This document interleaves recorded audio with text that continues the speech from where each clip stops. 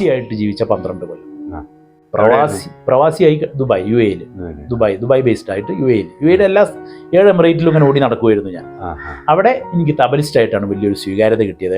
ഞാൻ ചെന്നിറങ്ങുന്ന ഒരു സമയം, പൊന്നേ നിൻ പൂമുഖം കാണുമ്പോൾ ഉമ്മാക്ക് റൂഹൊടുക്കിടാനും കഴിയുന്നില്ല മാത്രം ഞാൻ പറഞ്ഞു നോക്കട്ടെ. ഇപ്പം എനിക്കത് പാടിയപ്പോൾ എൻ്റെ ശരീരത്തിൽ സംഭവിച്ച ഒരു മാറ്റം എനിക്ക് പറയാൻ കഴിയില്ല. അത് കേട്ടോ, എന്തൊക്കെയോ ആയി. എന്താ കാരണം എന്നറിയോ?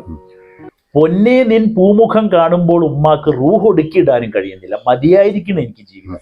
സംഗീത ലോകത്തേക്ക് ഇറങ്ങിയിട്ട് 50ാമത്തെ വർഷം പൂർത്തിയാവുകയാണ്. അതെ, അരനൂറ്റാണ്ട് എന്നല്ല നമ്മൾ പറയാം.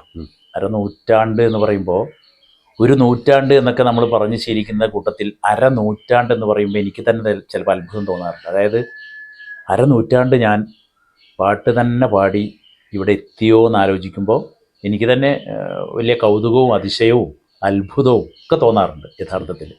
കാരണം 50 കൊല്ലം പാട്ടിനെ മുറുകെ പിടിച്ചുകൊണ്ട് നമ്മൾ ആദ്യം കേട്ട തലമുറയോടൊപ്പം പാടാൻ കഴിയുക. അതായത് മലയാള സിനിമയിലോ മാപ്പിളപ്പാട്ടിലോ നമ്മൾക്കന്ന് കേട്ട് തുടങ്ങാൻ കഴിഞ്ഞൊരു തലമുറയോടൊപ്പം നമുക്കും തുടങ്ങാൻ കഴിയുക.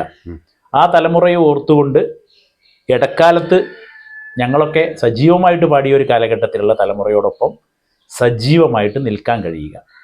ഇപ്പം പാടിക്കൊണ്ടിരിക്കുന്ന നമ്മുടെ ഭാഷയിൽ ന്യൂജൻ എന്നും യുവതലമുറ എന്നൊക്കെ നമ്മൾ വിളിക്കുന്ന ഈ തലമുറയോടൊപ്പം, കുട്ടികളുടെ തലമുറയോടൊപ്പം അത്രയും സജീവമായിട്ട് തന്നെ അവർ പാടുന്ന അതേ വേദിയിൽ അല്ലെങ്കിൽ അവർ വരുന്ന അതേ പ്ലാറ്റ്ഫോമിൽ അവരോടൊപ്പം പറഞ്ഞും പാടിയൊക്കെ നമുക്ക് കഴിയുക. അതാണ് ഏറ്റവും സന്തോഷിപ്പിക്കുന്ന ഒരു കാര്യം. റിയാലിറ്റി ഷോകളിൽ നിങ്ങൾ കണ്ട ഒരു ഫാൾട്ടുകൾ എന്തൊക്കെയാണ്? എന്തെങ്കിലും ഫാൾട്ടുകളായിട്ട് തോന്നിയിട്ടുണ്ടോ? അല്ല, അങ്ങനെ അത് ഒരു സ്ട്രെയിറ്റ് ചോദ്യമാണ്. അതിനൊരു നേരെ ഒരു ഉത്തരമില്ല. റിയാലിറ്റി ഷോകൾ ഒരു കാലഘട്ടത്തിന്റെ ഭാഗമായിട്ട് കടന്നു വന്നതാണ്. പത്രത്തിലൊരു ഫോട്ടോ വരിക, പത്രത്തിലൊരു വാർത്ത വരിക, അത് അത്ഭുതമുള്ള ഒരു കാലം ഉണ്ടായിരുന്നു. ഇന്നും പത്രമുണ്ട്, അതിൽ വാർത്ത വരുന്നതിൽ അതിൻ്റെ പ്രാധാന്യമുണ്ട്. അതിനുശേഷം റേഡിയോ എന്ന് പറയുന്നൊരു മാധ്യമത്തിൽ, പത്രമുള്ള കാലത്ത് തന്നെ റേഡിയോ എന്ന് പറയുന്നൊരു മാധ്യമത്തിൽ നമ്മുടെ ശബ്ദം വരിക, കാണുന്നില്ലല്ലോ, ശബ്ദം വരിക, അത് നമ്മൾ കേൾക്കുക. അപ്പോൾ ഒന്ന് വായിക്കുന്ന മാധ്യമം അല്ലേ, പത്രം അല്ലെങ്കിൽ മാസികകൾ വായിക്കുന്ന മാധ്യമം. രണ്ടാമത് ഞാൻ പറഞ്ഞത് കേൾക്കുന്ന മാധ്യമം. അത് നേരെ വന്ന് ഇതിന്ന് രണ്ടിൽ നിന്നും മാറിയിട്ട് ദൃശ്യമാധ്യമം, കാണുന്ന മാധ്യമം. അതിൻ്റെ എല്ലാ ചേരുവകളും വേണമെന്ന് ചിന്തിക്കുമ്പോൾ കാലങ്ങൾ കൊണ്ട് ചാനലുകൾ അതിനനുസരിച്ചുള്ള ഞാൻ ചോദിക്കട്ടെ, ഇസ്ലാമിക പ്രസ്ഥാനത്തിൻ്റെ കൃത്യമായ അടിസ്ഥാനത്തിൽ നിന്നുകൊണ്ടുള്ള ചില ചാനലുകൾ, ക്രൈസ്തവ പ്രസ്ഥാനങ്ങളുടെ കൃത്യമായ നിറവിൽ നിന്നുകൊണ്ടുള്ള ചാനലുകൾ, ഹൈന്ദവ പ്രസ്ഥാനങ്ങളുടെ മാനേജ്മെന്റിന് കീഴിലുള്ള ചാനലുകൾ, ഇവരൊക്കെ ഇതിൻ്റെ വിഷ്വലിനനുസരിച്ച് ഭംഗി അതിൽ കൊണ്ടുവരുന്നില്ലേ? സിനിമയില്ലേ, മറ്റ് നൃത്തങ്ങളും കലാപരിപാടികളും മറ്റതൊക്കെ ചാനൽ എന്ന് പറയുന്ന ഒരു പ്രസ്ഥാനം ഇതൊന്നും വന്നില്ലെങ്കിൽ അതാവില്ല ഒരിക്കലും.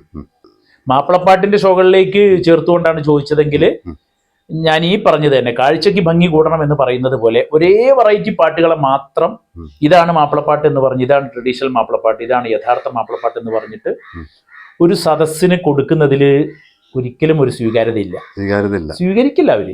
ഒരേ സാധനം എന്നും കേട്ട് കഴിഞ്ഞാൽ ഒരിക്കലും സ്വീകരിക്കില്ല. അങ്ങനൊരു സ്വീകാര്യത ഉണ്ടാവില്ല. മടുപ്പ് ആർക്കും വരില്ലേ? കേൾക്കുന്ന സദസ്സിന് എങ്ങനെ വന്നാലും ഒരു മടുപ്പ് വരും. ആ മടുപ്പ് തോന്നുമ്പോൾ വെറൈറ്റികൾ അവർക്ക് കൊടുക്കാൻ കഴിയണം. അപ്പൊ അതുകൊണ്ടാണ് ഞാനൊക്കെ പട്ടുറുമാലിലൊക്കെ ഇരുന്ന ഒരു കാലഘട്ടം ഞാനിപ്പോഴും ഓർക്കുകയാണ്, അത് നന്ദിയോടെ ഓർക്കുകയാണ് കേട്ടോ. വളരെ എന്താ പറയാ, അഭിമാനത്തോടെ ഓർക്കുകയാണ് ഞാൻ. അതായത് കുറെ റൗണ്ടുകൾ ഞങ്ങളിങ്ങനെ ചെയ്തു വന്നു.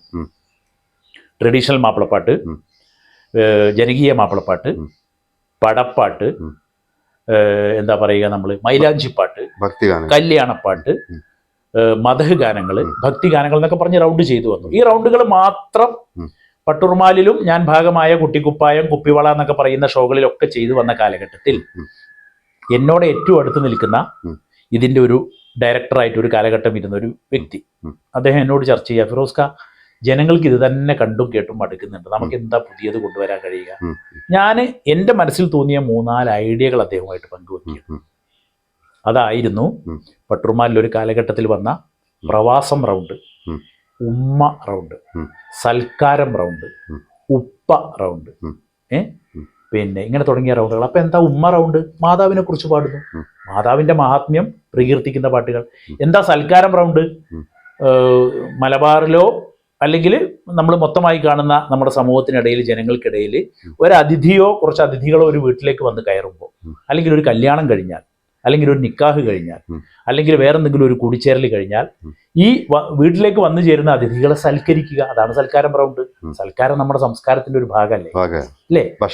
ഭക്ഷണം കൊടുക്കുക, സന്തോഷിപ്പിക്കുക അല്ലേ? ദെൻ പ്രവാസം. ഇവിടെ നിന്ന് പ്രവാസികളായിട്ട് ഗൾഫിലേക്ക് പോയി നമ്മുടെ നാടിനെ നാടാക്കി. ഒരു കാലത്ത് അങ്ങനെയുള്ള ട്രഡീഷൻ പാട്ടുകൾ തന്നെ ഉണ്ടായിരുന്നു. നമ്മുടെ നാടിനെ നാടാക്കി. അല്ല, ആ പാട്ടുകൾ ഉണ്ടായിട്ട് കാര്യമില്ലായിരുന്നു, അത് റൗണ്ടായിട്ട് വന്നിട്ടില്ലായിരുന്നു. അപ്പൊ അങ്ങനെ പുതിയ പുതിയ റൗണ്ടുകളെ കണ്ടെത്തി. എന്താണെന്ന് വെച്ചാല് മാപ്പിളപ്പാട്ട് എന്ന് പറയുന്ന ഒരു ശാഖ പൊട്ടൻ കിണറിലെ തവളയ്ക്ക് കിണറാണ് ലോകം എന്ന് പറയുന്നത് പോലെ ഒരു വട്ടത്തിൽ കിടന്ന് തിരിയാൻ പാടില്ല.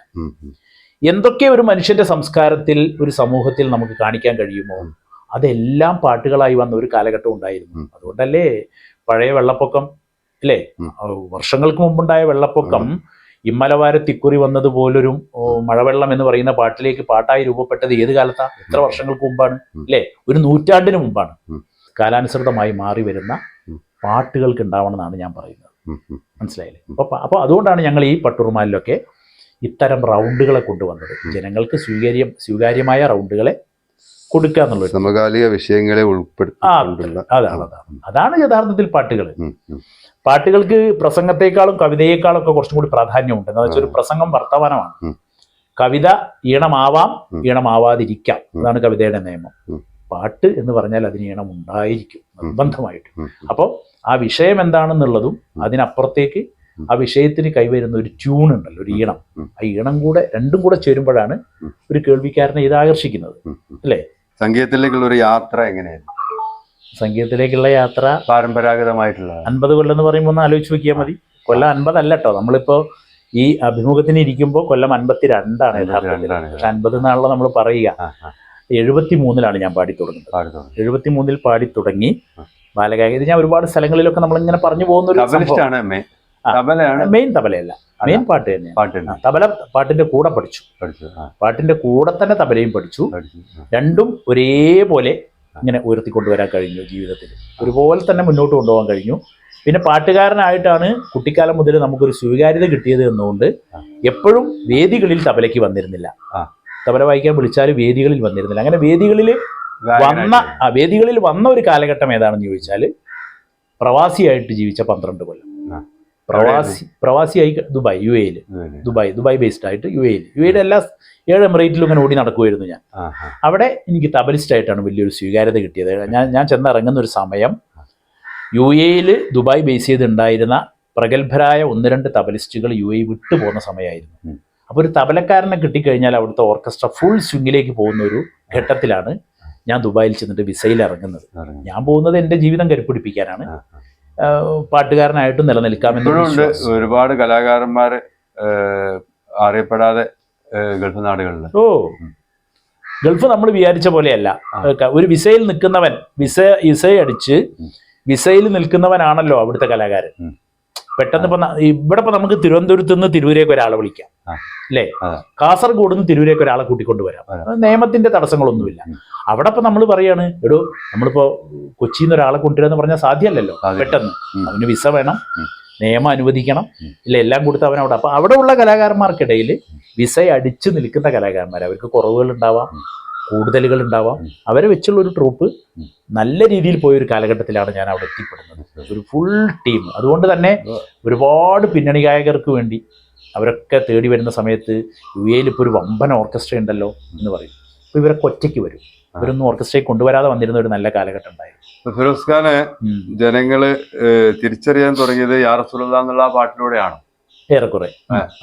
അപ്പൊ അത് ഒരു കടന്നുകയറ്റമായിരുന്നു മാപ്പിളപ്പാട്ട് ശാഖയിലേക്ക്. കാരണം അതായത് രാഗത്തില് മാപ്പിളപ്പാട്ട് ആദ്യമായിട്ട് പാടുന്ന ഒരാള് എന്നുള്ള അത് തോന്നിയിട്ടുണ്ടോ? തീർച്ചയായിട്ടും ഉണ്ട്. അതായത് മാപ്പിളപ്പാട്ടുകൾക്ക് എന്തിന് രാഗം, മാപ്പിളപ്പാട്ടുകൾക്ക് എന്തിന് നല്ല ഈണം, മാപ്പിളപ്പാട്ടുകൾ എന്തിന് അത്തരത്തിലുള്ള ഒരു തലത്തിലേക്ക് കടന്നു പോകണം എന്നൊക്കെ അന്നും ഇന്നും ചർച്ചകളുണ്ട്.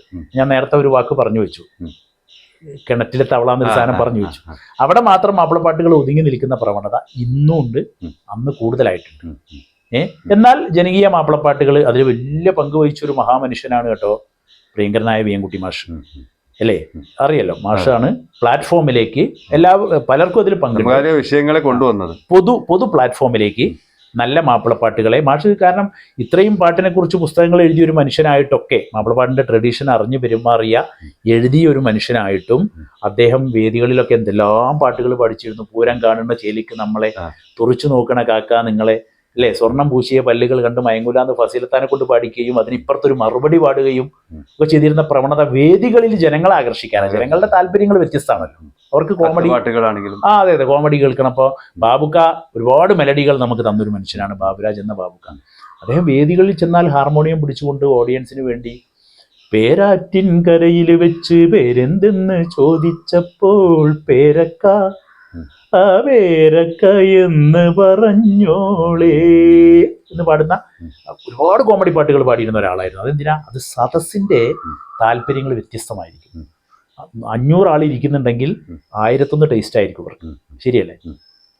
അത് അവരെ തൃപ്തിപ്പെടുത്തുക എന്നുള്ളതാണ് ഗാനമേളയുടെ ലക്ഷ്യം. അപ്പം നമ്മൾ പറഞ്ഞെത്തിയത് പിന്നെ യാ റസൂലുള്ള പാടി വെച്ച കാലം. അപ്പം അതിൻ്റെ മുൻപ് ഞാൻ 2 കാസറ്റുകൾ പാടി, തങ്കക്കിനാവ്, ലബ്ബൈക്ക്, 2 കാസറ്റുകൾ പാടിയിട്ട് എൻ്റെ 3ാമത്തെ കാസറ്റാണ് യഥാർത്ഥത്തിൽ സുൽത്താനയുടെ പാട്ടാണ്.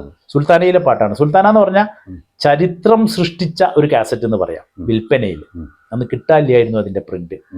നമുക്കൊക്കെ അന്ന് ഈ വെറും മുഖം കാണുമ്പോൾ മാത്രം ജനങ്ങൾക്കിടയിൽ കേരളത്തിന്റെ ഒരറ്റം മുതൽ മറ്റേ അറ്റം വരെയും ഗൾഫ് രാജ്യങ്ങളിലും കിട്ടിയ ഒരു അക്സെപ്റ്റൻസ് ഉണ്ടല്ലോ, അത് പറയാൻ കഴിയില്ല. ഒരു രക്ഷയില്ലായിരുന്നു. പക്ഷെ ആ കാലത്ത് ഇത്രയധികം ഗൾഫ് പ്രോഗ്രാം ഇല്ല, ആളുകൾ അറിയപ്പെടാനും വേറെ മാധ്യമങ്ങളൊന്നുമില്ല, സോഷ്യൽ മീഡിയ ഇല്ല, ഒന്നും ഇല്ലാത്തതുകൊണ്ട് അത്രേ ജനങ്ങൾ അറിഞ്ഞിരുന്നുള്ളൂ. എന്നാലും ഈ ആളാണടാ അത് പാടിയത് എന്നൊരാളോട് ചെവിയിൽ പറഞ്ഞു കഴിയുമ്പോൾ, അടുത്ത് എന്ന് പറഞ്ഞു കഴിയുമ്പോൾ, ആണല്ലേ മാമുക്ക യാ റസൂലുള്ളാഹി അക്സെപ്റ്റൻസ്. അതെ, ആദ്യത്തെ വിരുത്തം കേട്ടിട്ട് മാമുക്ക, പ്രിയങ്കരനായ നടൻ അന്തരിച്ചു പോയ മാമുക്കോയ, ഞാൻ മാമുക്ക എന്ന് വിളിക്കും. മാമുക്ക ആദ്യം എന്നോട് പറഞ്ഞൊരു കമന്റ് എന്താണെന്നറിയാം? യാ റസൂലുള്ളാഹിക്ക് ഫസ്റ്റ് കമന്റ് തന്ന മനുഷ്യൻ അദ്ദേഹമാണ്. ആ ഒറ്റ വിളി മുകളിലേക്കുള്ള യാ റസൂലുള്ളാഹി സല്ലി അലാ യാ ഹബീബി, ഈ മുകളിലേക്ക് ഉയർത്തിയുള്ള വിളി കേട്ടിട്ട്, ഈ വിളി കേട്ടു അദ്ദേഹം കാസറ്റിൽ പാടുന്നത്. ഔക്കാക്കാനോട് ചോദിച്ചു, അതായത് കോഴിക്കോട് അബൂബക്കർ, ഇതിന്റെ സംഗീത സംവിധായകൻ. ഔക്കാക്കി അദ്ദേഹം ക്ലാസ്മേറ്റ്സ് ആണ്, അറിയാലോ, ചെറിയ ക്ലാസ് മുതൽ നല്ല സുഹൃത്തുക്കളാണ്. ഔക്കോ ആരാ മോനെ പാടിയത്? അവരാ കോഴിക്കോട് ശൈലിയിൽ. അപ്പൊ ഔക്കോ പറഞ്ഞു, ഇതാ ബനാ പാടി, ഞാൻ പ്രീ ഡി സെക്കൻഡ് ഇയർ ആണ്, ബനാ പാടി എന്നെ അടുത്ത് വിളിച്ചു കോഴിക്കോട്. എന്നോട് പറഞ്ഞ കമന്റ് എന്താണെന്നറിയോ? ബാബു അല്ലേ പേര്? ഫിറോസ് ബാബു. ബാബു എന്ന് വിളിക്കാം. ബാബു മോനെ ഇതാടാ വിളി, ഇതിനെയാണ് വിളി എന്ന് പറയാം. ഇങ്ങനെയാണ് വിളിക്കേണ്ടത്. അതായത് അതൊരു വിളിയാണല്ലോ. ആ വിളി ഉയർത്തിയായിരിക്കണം എന്ന് അദ്ദേഹം ഉദ്ദേശിച്ചത്. അതിന്റെ വിശദീകരണങ്ങൾ പിന്നെ നമ്മൾ കണ്ടെത്തിയാൽ മതി. അതായത് ഈ വാക്കേ പറഞ്ഞോളൂ, ഇങ്ങനെയാണ് വിളിക്കുക എന്ന് കോഴിക്കോടൻ തനതായ ശൈലിയിൽ എന്നോട് പറഞ്ഞൊരു സാധനം ഞാൻ ഇപ്പോഴും മനസ്സിലെപ്പോഴും, ഞാനത് ഒരുപാട് കോളേജിലും സ്കൂളിലൊക്കെ പറയാറുണ്ട്. മാമുക്ക തന്നൊരു കമന്റ്. മാമുക്ക മ്യൂസിഷ്യൻ അല്ല, ബാബുരാജാണ് ലോകത്തിലെ ഏറ്റവും വലിയ സംഗീത സംവിധായകൻ എന്ന് ബാബുക്കയെ മാത്രം ഒരു കാലഘട്ടം കേട്ട് ആ പാട്ടിനെ ഉൾക്കൊണ്ടിട്ട് അങ്ങനെ മനസ്സിൽ പിന്നെ ഉറപ്പിച്ചു വെച്ചൊരു മനുഷ്യനാണ്. അദ്ദേഹത്തിന്റെ പാട്ടുകൾ അത്ര സ്നേഹിക്കുന്ന. എന്നാൽ മാമുക്കയോടൊന്ന് പാടുമെന്ന് ചോദിച്ചാൽ മാമുക്ക ഈണത്തിൽ പാടിയിരുന്ന ഒരാളൊന്നുമല്ല, ഒരു മൂളൽ മാത്രമേ ഉള്ളൂ. പക്ഷെ അദ്ദേഹത്തിന് ഉൾക്കൊള്ളാൻ കഴിഞ്ഞിരുന്നു. എന്നോട് ഫസ്റ്റ് പറഞ്ഞ കമന്റ് അത്, ഇങ്ങനെയാണ് വിളിക്കുക ബാബു.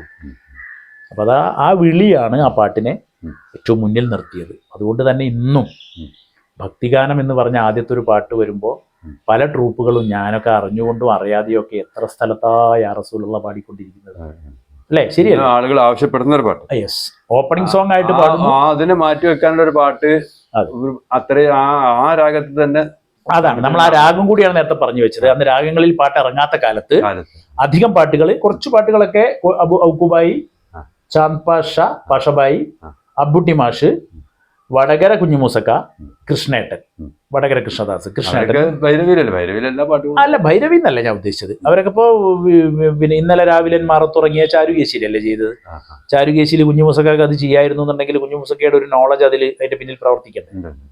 പിന്നെ യത്തീമെന്നെ എല്ലാരും വിളിച്ചു, അങ്ങനെ തുടങ്ങുന്ന ഒരു പാട്ടുണ്ടായിരുന്നു, സുബിലേച്ചി പാടിയ. കുട്ടി ഞാനേറെ ദുരിതം സഹിച്ചു, കുപ്പത്തൊട്ടിയിലെ ചോറ് ബയിച്ചു. അസാവരി എന്ന് പറയുന്ന രാഗമാണ്. അസാവരി എന്ന് പറഞ്ഞാൽ പാർവണേന്ദുവിൻ ദേഹമടക്കി പാതിരാവിൻ കല്ലറയിൽ എന്ന രാഘവമാഷിയുടെ പാട്ടൊക്കെ കേട്ട, ഞാൻ ഒരു ഉദാഹരണം പറഞ്ഞതാണ്, കേട്ട രാഗമാണ് അസാവരി. അസാവരിയിലൊന്നും മാപ്പിളപ്പാട്ടുകൾ ഇല്ല. അപ്പൊ ഔക്കാക്കാക്ക് തോന്നുകയാണ് അസാവരിയിൽ ഒരു പാട്ട് ചെയ്യണം, ചെയ്തു. അപ്പൊ ശിവരഞ്ജനിയിലും അസാവരിയിലും ചാരുകേശിയിലും സിന്ധു ഭൈരവി എന്ന് പറയുന്നത് പിന്നെ ഒരു കോമൺ പറച്ചിലായിപ്പോയി. അതുകൊണ്ട് ആ ഭാഗത്തേക്ക് ഞാൻ വരുന്നില്ല. അത് 100 മാപ്പിളപ്പാട്ടുകൾ എടുത്താൽ 90ഉം സിന്ധു ഭൈരവിയിൽ എന്ന് പറയുന്ന ഒരു പ്രവണതയിലേക്ക് മാപ്പിളപ്പാട്ട് ഒരു സമയത്തൊന്ന് തിരിഞ്ഞുപോയി. അറിയുന്നവരും അറിയാത്തവനും സിന്ധു ഭൈരവിയിൽ പാട്ട് ചെയ്ത ഒരു കാലം ഉണ്ടായിരുന്നു. വെറുതെ അങ്ങനെ കൈ ഹാർമോണിയത്തിൽ ഓടിക്കണം എന്നൊന്നുമില്ല.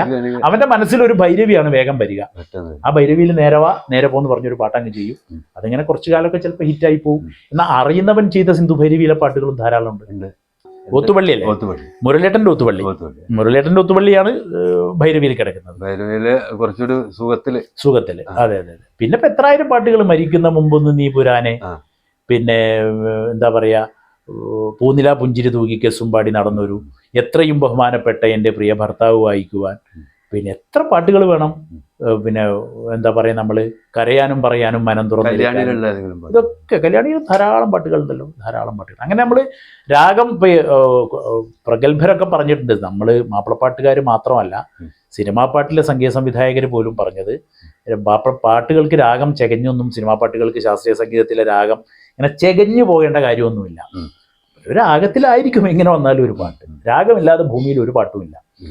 താഴെ സ്വരത്തിൽ നിന്ന് മുകളിലെ സ്വരത്തിലേക്ക് ഹാർമോണിയം സരിഗമ പധനിസ അങ്ങോട്ടും സനിതപ മകരിസ ഇങ്ങോട്ടും കൈ ഓടിച്ചാൽ അതിൻ്റെ അകത്തൊരു രാഗം പിറക്കും എന്നുള്ളത് സംശയം വേണ്ട. അത് മാറുന്നതിനനുസരിച്ച്, അതെ, ചെറുതും വലുതും മാറുന്നതിനനുസരിച്ച് സ്വരങ്ങൾ മാറുമ്പോൾ രാഗം മാറും. എല്ലാ പാട്ടും രാഗത്തിൽ തന്നെയാണ്. അപ്പൊ എന്തിനാ രാഗം എന്നൊന്നും ചോദിക്കുന്നതിൽ അർത്ഥം. മോഹനത്തില് പാട്ടുണ്ടോ? മോഹനത്തിലെ മാപ്പിളപ്പാട്ടൊക്കെ തെരഞ്ഞു പിടിക്കണം. ഒന്നും പെട്ടെന്ന് ഓർമ്മയിൽ വരുന്നില്ല. തെരഞ്ഞു പിടിക്കണം, നമ്മൾ ആലോചിച്ച് പിടിക്കണം. പാട്ടുണ്ടായിരിക്കും, തീർച്ചയായിട്ടും ഉണ്ടായിരിക്കും. ജോഗ് എന്ന രാഗത്തില് ഒരു മാപ്പിളപ്പാട്ടും ഇല്ല. ജോഗില് ഏതൊക്കെ പ്രമദവനവും പറയാൻ മറന്ന പരിഭവങ്ങളും വാർമുകിലയൊക്കെ വന്ന രാഗത്തില് ഒരു മാപ്പിളപ്പാട്ടും ഇല്ല. നിങ്ങൾ ചിന്തിച്ചിട്ടുണ്ടോ ജോഗിലൊരു മാപ്പിളപ്പാട്ടിനെ പറ്റി? ചിന്തിച്ചിട്ട് പോലുമില്ല. മഞ്ചേരി അഷ്റഫിനോട് ഞാൻ പറഞ്ഞു, കുട്ടികൾക്ക് വേണ്ടി പാട്ട് കൊടുക്കുമ്പോൾ അഷ്റഫ് ഒരു പാട്ട് ജോഗിൽ ചെയ്യും. ഈ വെറുതെ സ്വീപ്പുണ്ടാക്കാൻ നിൽക്കണ്ട, ജോഗിൽ മാപ്പിളപ്പാട്ടേക്ക് മിണ്ടാതിരുന്നോ എന്ന് പറഞ്ഞിട്ടോട്. ഞാൻ പറഞ്ഞു നീ ചെയ്യ്. ഞാനാണ് അതിന്റെ പാനലിന്റെ ഒരു പ്രധാന ഭാഗത്തുണ്ടായിരുന്നു എന്നുള്ളതുകൊണ്ട് അഷ്റഫായിരുന്നു ഗ്രൂമർ. അഷ്റഫിന് വരി കൊടുത്തു. അരുവികൾ ഒഴുകുന്ന നാട്, അരുവികൾ ഒഴുകുന്ന നാട്, അതിലലന്നെ അലങ്കാര വീട്, ആമോദം കുടികൊള്ളും നാട്, അത്ഭുതം അവിടെയുണ്ടൊരു പാട്, അത്ഭുതം അവിടെയുണ്ടൊരു പാട്,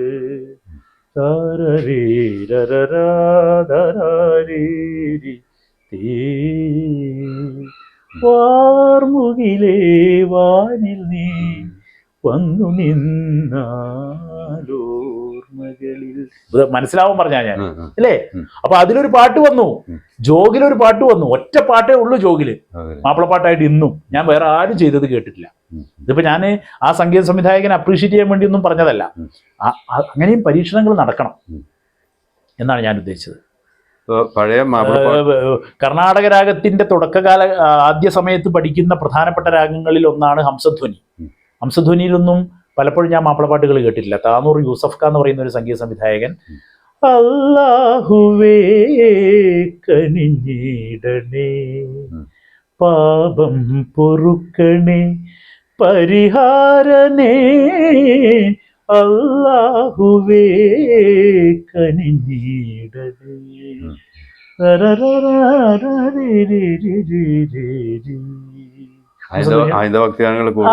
ഹിന്ദു ഭക്തിഗാനങ്ങൾ ഏറ്റവും കൂടുതലുള്ള പാട്ട് അതാണ്. അപ്പൊ അത് രാഗങ്ങളെ പ്രയോഗിക്കാം. ചിലതിന് ചില സംസ്കാരത്തിന് ചേരുള്ളൂ എന്നൊക്കെ ചില സമയത്ത് നമ്മൾ തിരിച്ചറിയേണ്ടി വരും ചെയ്തതിന് ശേഷം. അങ്ങനെയൊക്കെ ഉണ്ട്. അങ്ങനെ പരാജയപ്പെട്ട പാട്ടുകളുണ്ട്. ഇപ്പൊ ഖബറിനെ കുറിച്ച് ഖബർ എന്ന വീട്ടിൽ കല്ലറക്കൂട്ടിനുള്ളിൽ കൂരിരുൾ കാട്ടിനുള്ളിൽ ഉറങ്ങിടുന്നു, അവസാന വിശ്രമം നിലകൊള്ളുന്നു. ഇത് ഖബറല്ല. ഈ ട്യൂൺ കേട്ടാൽ നിങ്ങൾക്ക് മരണം ഫീൽ ചെയ്യുന്നുണ്ടോ? ഖബർ ഫീൽ ചെയ്യുന്നുണ്ടോ? ഇല്ല. ഒരു കച്ചേരി, കർണാടകയിലെ തൊണ്ട എനിക്ക് ഒരു കച്ചേരി പാടുന്ന പോലെയുള്ള വരികൾ ഇതാവുന്നത് മാത്രമേ. ഈ വരികളെ തിരൂരിലെ എൻ്റെ നാട്ടിലെ ഈശ്വർ ഉണ്ണിയേട്ടൻ എന്ന് പറയുന്ന ഒരാൾ എടുത്തിട്ട് ഇതേ വരികളെ അദ്ദേഹത്തിൻ്റെ കയ്യിൽ വന്നു. ഒരു നാടകത്തിലെ പാട്ടായിരുന്നു ഇത്. അദ്ദേഹത്തിൻ്റെ കയ്യിൽ വന്നിട്ട് ഖബർ എന്ന കല്ലറയിൽ കല്ലറക്കൂട്ടിനുള്ളിൽ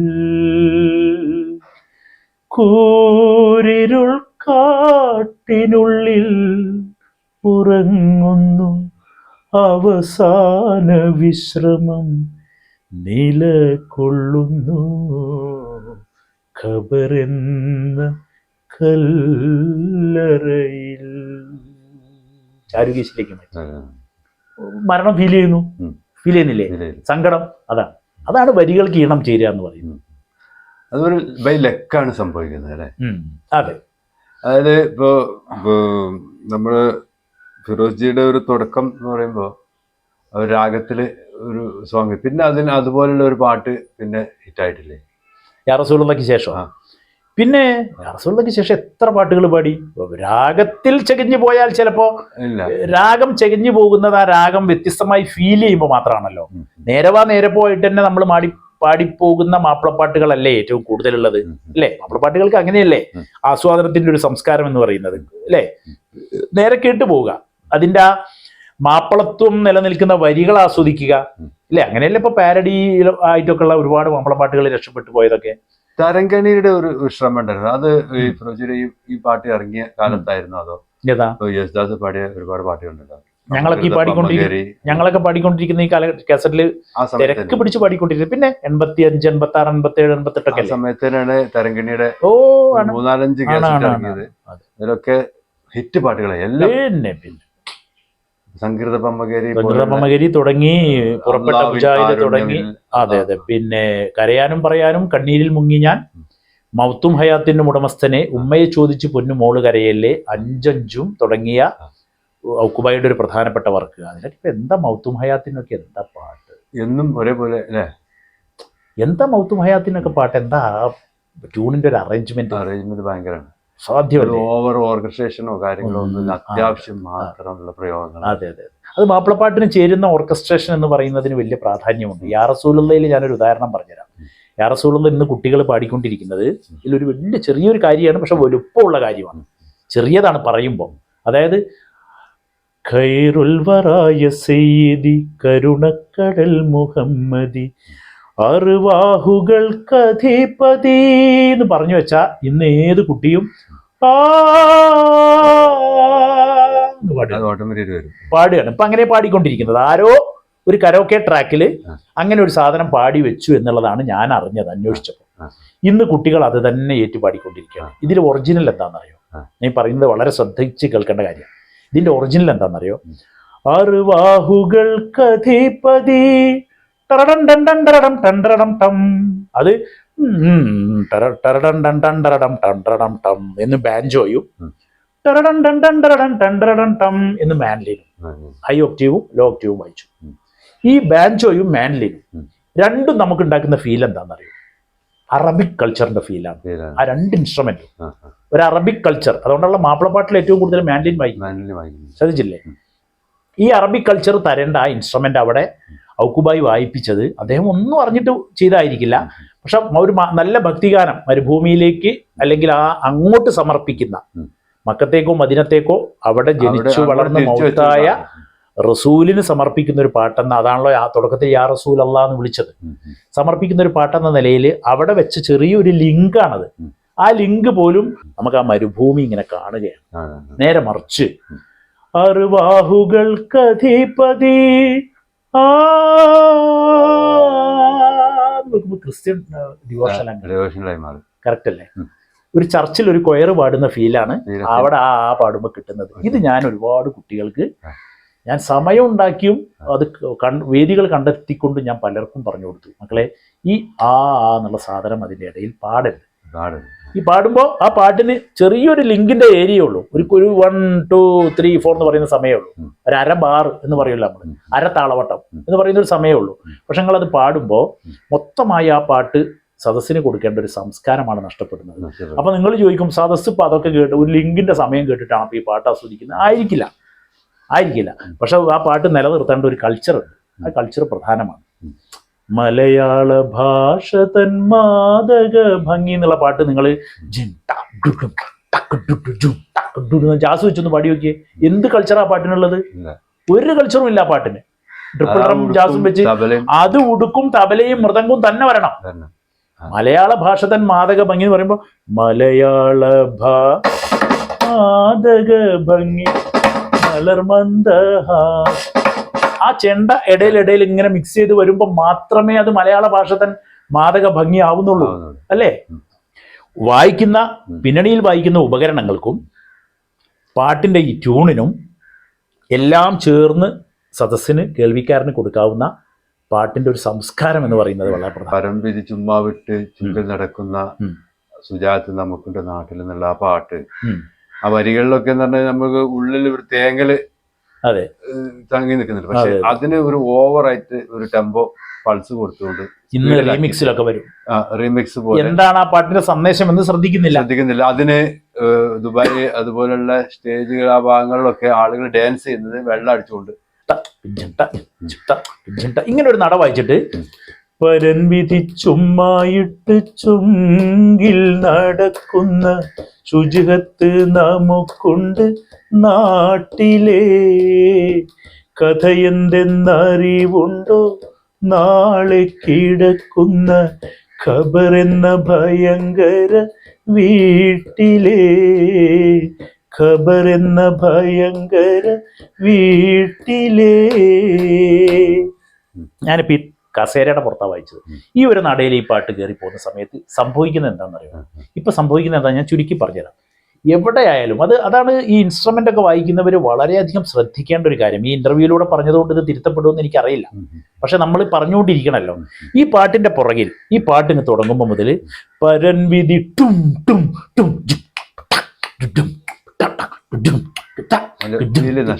നഷ്ടപ്പെടില്ല. എവിടെയാണ് ആ വരികൾ ശ്രദ്ധിക്കപ്പെടുന്നത്? ഈ ഒരു ഡോലക്കിന്റെ തബലയുടെ നട ഇങ്ങനെ ഡോലക്കോ തബലയോ മാത്രം കേൾപ്പിക്കണം എന്നല്ല ഞാൻ പറയുന്നതുകൊണ്ട് ഉദ്ദേശിക്കുന്നത്. എന്നാലും ഈ ജങ്കാർ ബീറ്റ് എന്ന് പണ്ട് വിളിച്ചിരുന്ന, ഇന്ന് ഈ റിതം ബോക്സിന്റെ അകത്ത് നിന്ന് കയറി വരുന്ന എന്ത് ശബ്ദവും എവിടെയും പ്രയോഗിക്കുക എന്നുള്ളതാണ്. ഉടനെ കഴുത്തേൻ്റെത് അറുക്കുബാപ്പ എന്ന ഇസ്മായിൽ നബിയുടെയും ഇബ്രാഹിം നബിയുടെയും ബലിപെരുന്നാളിന്റെ സംഭാഷണം കൃത്യമായി പാട്ടായി ചിത്രീകരിച്ച ആ പാട്ടിന് തന്നെ വലിയൊരു ചരിത്രമുണ്ട്. അതായത് ഉടനെ കഴുത്തിൻ്റെത് അറുക്കുബാപ്പ എന്ന് കുട്ടികള്, ഫസീലത്തെ അടക്കമുള്ള കുട്ടികൾ പാടിക്കൊണ്ടിരുന്ന കാലത്ത് ഔക്കുബായി പേപ്പർ കയ്യിലെടുത്തിട്ട്, അദ്ദേഹത്തിന്റെ അന്നത്തെ ജ്ഞാനമാണ് ഞാൻ പറയുന്നത്, ആദ്യത്തെ ട്യൂണാണല്ലോ ഔക്കുബായിയുടേത്. ആ പേപ്പർ കയ്യിലെടുത്തിട്ട് മാഷേ ഈ ട്യൂൺ ഈ പാട്ടിന് ചേരുന്നില്ലല്ലോ മാഷേ, ഞാനൊന്ന് ട്യൂൺ ഇട്ട് നോക്കട്ടെ. ഇത് ബോംബെയിൽ വെച്ച് നടക്കുന്നതാണ് കേട്ടോ. ഒരു യാത്ര പോകുമ്പോൾ ബോംബെയിൽ ഒരു ഷൺമുഖാനന്ദ ഹോളിലോ മറ്റുള്ള രംഗഭവനിലോ ഉള്ള ഒരു പരിപാടിക്കാണ് ഇത് ആദ്യം പാടുന്നത്. പക്ഷെ ഔക്കുബായി കൊടുത്ത് ഈണം എന്താ? ഉടനെ കഴുത്തെൻ്റെതറുക്കു ബാപ്പ, ഉടയോൻ തുണയില്ലേ നമുക്ക് ബാപ്പ. സങ്കടത്തിൽ ഇസ്മായിൽ നബി ചോദിക്കുമ്പോൾ അതിനേക്കാൾ വിഷമത്തോടു കൂടി ഇബ്രാഹിം നബി മറുപടി പറയുന്നതാണ്, അല്ലേ? ഇത് ഞാനും ഫസീലത്തെയും കൂടെ, പാവം ഫസീലത്ത് നമ്മളോടൊപ്പം ഇല്ല, ഫസീലത്ത് മരണപ്പെടുന്നതിന്റെ മുമ്പ് നമ്മുടെ ഇവിടെ വെച്ച് കോട്ടയത്ത് ഈരാറ്റുപേട്ട അറിയല്ലോ, ഒരു നല്ല മുസ്ലിം പാട്ടുകൾക്ക് ഒരു ലോകമാണ്. അവിടെ ഞാൻ പാടാൻ വേദിയിൽ നിന്ന് എഴുന്നേൽക്കുമ്പോൾ ഫസീലത്തെ ബുക്ക് മറിച്ച് വരികൾ ഇങ്ങനെ എടുക്കുന്നു. ഫസീലത്ത എന്നത് പാടുകയല്ലേ എന്നൊക്കെ ചോദിച്ച് ഞങ്ങൾ രണ്ടുപേർക്കും വേണ്ടി ശ്രുതി ഒന്ന് കീബോർഡിസ്റ്റിന്റെ അടുത്ത് ക്രമീകരിക്കുമ്പോൾ സ്റ്റേജിൽ, പബ്ലിക് സ്റ്റേജിൽ നല്ല ഓഡിയൻസാണ്.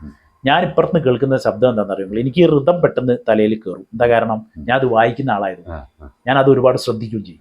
ഞാൻ ഇപ്പുറത്ത് എന്താ, ഞങ്ങൾ ഇങ്ങനെ തയ്യാറെടുത്തിട്ട് ബുക്ക് എടുത്തിട്ട് പ്ലാറ്റ്ഫോമിലേക്ക് ഇങ്ങനെ നടക്കുമ്പോൾ ഞാൻ എന്താ അപ്പുറത്ത് കേൾക്കുന്നതെന്ന് അറിയും.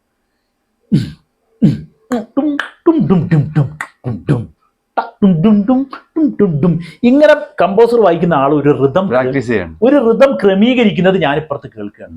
ഞാൻ ഉടനെ അവിടെ വിട്ടിട്ട് ഈ ആളെടുത്ത് ചെന്നിട്ട്, എനിക്കറിയുന്ന ആളാണ്, ആളെടുത്ത് ചെന്നിട്ട് ചോദിച്ചു, അല്ല ഇതെന്താ ഈ പാട്ടിനാ 7/8 അല്ലേ, 2-3 1 2 3 4 ആണല്ലോ വരുന്നത്, ഇത് എന്തിനാന്ന് ചോദിച്ചു ഞാൻ. അല്ല ഫിറോസ് ഈ പാട്ടിന്, ഞാൻ പറഞ്ഞു ഈ പാട്ടിന് ഇതൊന്നും വേണ്ട, ഈ പാട്ടിന് ഇതിന്റെ ആവശ്യമില്ല. ഈ പാട്ട് ഉടനെ കഴുത്തിന്റെ തബലയിലും ഡോലിയിലും കൂടെ സപ്പോർട്ട് വായിച്ചാൽ മതി. ഇനി നിങ്ങൾക്ക് വേണമെങ്കിൽ ഒരു ദഫിന്റെ ടോൺ ഇട്ടിട്ട് ജിം ട ജിം ട ട ജിം ട ടാന്ന് എനിക്കൊരു സപ്പോർട്ട് തരാം. ഈ കാരണം ഇന്നിപ്പോ നമ്മൾ ദഫിലി അല്ലല്ലോ വായിക്കുന്നത്, എല്ലാം റിതം പാഡിന്റെ പുറത്ത് വരുന്നു, അത് നമ്മൾ അംഗീകരിക്കുന്നു കാലത്തിനനുസരിച്ച്. ആ സമയത്ത് നിങ്ങൾക്കൊരു സപ്പോർട്ട് തരാം. അല്ലാതെ ഈ എന്താ അതിന്റെ ആവശ്യം എന്ന് ചോദിച്ചു ഈ പാട്ടില്. ഒരു DJ ബേസ്ഡ് റിതം ഉണ്ടാക്കുക. ഈ പാട്ടിൽ അതിന്റെ സ്ഥാനം എവിടെയെന്ന് ചോദിച്ചപ്പോൾ അവൻ പെട്ടെന്ന് എന്നെ നോക്കിയിട്ട് ഓ ശരിയാണല്ലേ എന്ന്. അപ്പൊ പറഞ്ഞു കൊടുത്താൽ തിരുത്തുന്നുണ്ട്. ഇത് വേണമെന്നുള്ള ഒരു ട്രെൻഡിൽ കാര്യങ്ങൾ പോകുമ്പോൾ ഏത് പാട്ടിന്റെ പുറകെയും ഈ റിതം പാറ്റേണിനെ കയറ്റിയിടുന്നൊരു പ്രവണത. നോക്കൂ, ഇപ്പൊ നമ്മളൊരു വടക്കൻ മലബാറിലെ ഒരുപാട് മാപ്പിളപ്പാട്ടുകൾ എടുക്കും. ഇപ്പോൾ അഴകേറുന്നോളെ നിങ്ങൾ പാടുകയാണെങ്കിൽ ആ അഴകേറുന്നോളെ ഒറിജിനൽ പീർക്കയും ശൈലജേച്ചിയും പാടിയ കാലത്ത് വായിച്ച അഴകേറുന്നോളെ എന്നുള്ള നട, ഈ നട പോലും ഇന്ന് വായിക്കുന്നില്ല. എങ്ങനെയാ വായിക്കുന്നതെന്ന് അറിയോ? അഴകേറും. ഞാനിതിപ്പോ മിമിക്രി കാണിക്കൊന്നുമല്ല, ഞാനിത് യാഥാർത്ഥ്യങ്ങൾ പറയുകയാണ് അല്ലേ. ഈ ശബ്ദം ഉണ്ടാക്കിക്കൊണ്ട് നമ്മൾ മിമിക്രി കാണിക്കൊന്നുമല്ല. അപ്പൊ ഈ അഴകേറുന്നും ഇങ്ങോട്ട് തുടങ്ങി കഴിഞ്ഞാൽ തുടക്കം മുതൽ തന്നെ ട ട ട ഇങ്ങനെ ഒരു ശബ്ദം ഉണ്ടായാലേ പാട്ട് അംഗീകരിക്കൂ എന്ന് ഇവരെ ആരാ തെറ്റിദ്ധരിപ്പിച്ചത്? ഇങ്ങനെ ആയിപ്പോന്നു. അഴകേറുന്നോളേക്കൊന്നും ഒരു സിംഗിൾ നടയെ വായിക്കുന്നില്ല. ഒയ്യേ എനിക്കുണ്ട് നിങ്ങൾ പാടിയാല് ഒയ്യേ നീക്കുണ്ട് എന്നുള്ള ഒരു സിംഗിൾ നടയിൽ പോയിട്ട് അനുപല്ലവി വേണം ഡബിളിലേക്ക് പോവാൻ. ഈ പാറ്റേണുകൾക്കൊക്കെ ഒരു ക്രമമുണ്ട്. ആ അനുപല്ലവിക്കല്ല പല്ലവിക്കല്ല എന്ന് ചിന്തിക്കാതെ തുടക്കം മുതലേ ഒയ്യേ ഇങ്ങനെ പോവുകയാണ്. ഒയ്യേ എനിക്കുണ്ട് തുടക്കം മുതൽ അവസാനം വരെ. എന്തൊരു വിഷമമാണ് അത് ഉണ്ടാക്കുന്നത് കേൾവിയിൽ. അങ്ങനെ ഒരു സംസ്കാരത്തെ കുറിച്ചൊന്നും ഇവിടെ ആരും പറഞ്ഞു കൊടുക്കുന്നുമില്ല, ആരും അതിനെ കുറിച്ച് ചിന്തിക്കുന്നുമില്ല. ഒരു ഓർക്കസ്ട്ര എങ്ങനെ ഇരുന്നാൽ, ഓർക്കസ്ട്ര എന്ന് പറഞ്ഞു കഴിഞ്ഞാൽ ഇപ്പൊ ഒരു സ്റ്റേജ് ഷോ എന്ന് പറഞ്ഞു കഴിഞ്ഞാല് അവരെ സംബന്ധിച്ചിടത്തോളം ഓഡിയൻസിനെ എങ്ങനെ ഹാപ്പി ആക്കാം എന്നുള്ളതിനെ കുറിച്ച് അതിനെ വരികളോ അല്ലെങ്കിൽ സംസ്കാരം ഒരു വിഷയമേ അല്ല ഇന്ന് വരികയാണ്. കോഴിക്കോട് സ്റ്റുഡിയോകൾ ഇല്ലാതിരുന്ന ഒരു കാലഘട്ടം ഉണ്ടല്ലോ, അന്നൊക്കെയാണ് ഞങ്ങളൊക്കെ പാടി തുടങ്ങുന്നത്. എറണാകുളത്തേക്ക് പോകണം. രവിപുരം, എറണാകുളം രവിപുരത്ത് ഉണ്ണിമേനോന്റെ ആലാപ്, CAC, കലാഭവൻ, ഇത് മൂന്നുമാണ് എനിക്ക് പരിചിതമായ സ്റ്റുഡിയോകൾ. പിന്നെ ഈ 3 സ്റ്റുഡിയോ ആണ് എറണാകുളത്ത് നിന്ന് ഞങ്ങൾ സ്ഥിരമായി പോയി പാടുന്നത്. പിന്നെയാണ് കോഴിക്കോടൊക്കെ സ്റ്റുഡിയോകൾ വന്നത്. നമ്മുടെ ഔക്കുബായും TC കോയാക്കയും സംഗീത സംവിധാനം നിർവഹിച്ച് OM ബാപ്പുക്കയും ബാപ്പുള്ളിപ്പറമ്പ് എല്ലാം ചേർന്ന് എഴുതി കൃഷ്ണചന്ദ്രൻ, ജയേട്ടൻ, അമ്പിളി മാഡം, B വസന്ത, നിലമ്പൂർ ഷാജിക്ക, സിബിലേച്ചി, ലീനേച്ചി, പിന്നെ അതിലേത് സതീഷ് ബാബുട്ടൻ, ഇത്രയും പേര് പാടിയ ഒരു വലിയ വർക്ക്. ഏകദേശം കാസറ്റുകൾ മദ്രാസിൽ നിന്ന് ചെയ്യുന്ന കാലമായിരുന്നു. അന്ന് എറണാകുളത്തും സ്റ്റുഡിയോകളായിട്ടില്ല. അത് റെക്കോർഡും കാസറ്റും വന്നോന്ന് എനിക്ക് സംശയമുണ്ട്. പിന്നെ അതിൽ കുറെ വലിയ വലിയ പാട്ടുകൾ ഉണ്ടായിരുന്നു. സ്കൂളിൽ ചെയ്യുന്ന കാലം. പിന്നെ എറണാകുളത്ത് വന്നു. എറണാകുളത്ത് വന്ന സമയത്തൊന്നും കോഴിക്കോട് വന്നിട്ടില്ലല്ലോ സ്റ്റുഡിയോ. അന്ന് വെള്ളിമാട് കുന്ന് അച്ഛന്റെ സ്റ്റുഡിയോ എന്ന് പറയും, ഫാദറിന്റെ സ്റ്റുഡിയോ എന്ന് പറഞ്ഞിട്ട് ചെറിയൊരു സ്റ്റുഡിയോ. അത് പിന്നെ ഷൈനാക്കി വലുതാക്കി. പിന്നെ അവിടെ ബാബുവേട്ടനായിരുന്നു സൗണ്ട് എഞ്ചിനീയർ. അന്ന് അച്ഛൻ ചെറിയ കാസറ്റ് തന്നെ ഇട്ടിട്ട് പിടിച്ചു തരും, സ്പൂളല്ല, കാസറ്റിലാ ടാപ്പ് ചെയ്ത് മെറ്റൽ കാസറ്റ് എന്നൊക്കെ പറയും. അപ്പൊ ഈ കാലഘട്ടത്തിൽ പല്ലവി സ്റ്റുഡിയോ കോഴിക്കോട് MK മുനീർക്കയുടെ വീട്ടിന്റെ മുന്നിലായിട്ട് വന്ന കാലഘട്ടത്തിൽ നടന്നൊരു വർക്കിനെ കുറിച്ച് പെട്ടെന്ന് ഓർമ്മ വന്നതാണ്.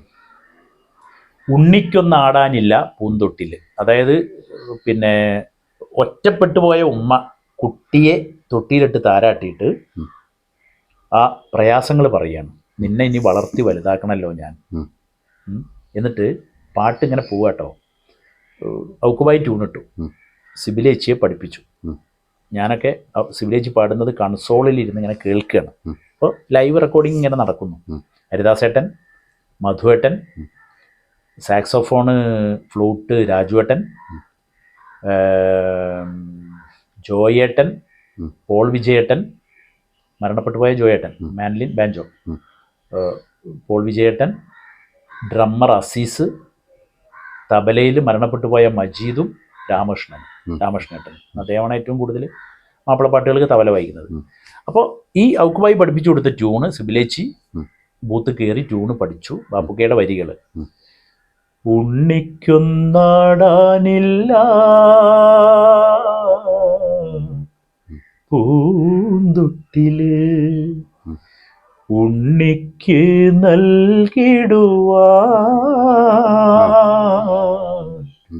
അമ്മിഞ്ഞപ്പാല് ഉമ്മാന്റെ മോനുണ്ട് മടിത്തട്ടിലിൽ ഉണ്ണിയുറങ്ങുറങ്ങാരാരിരോ.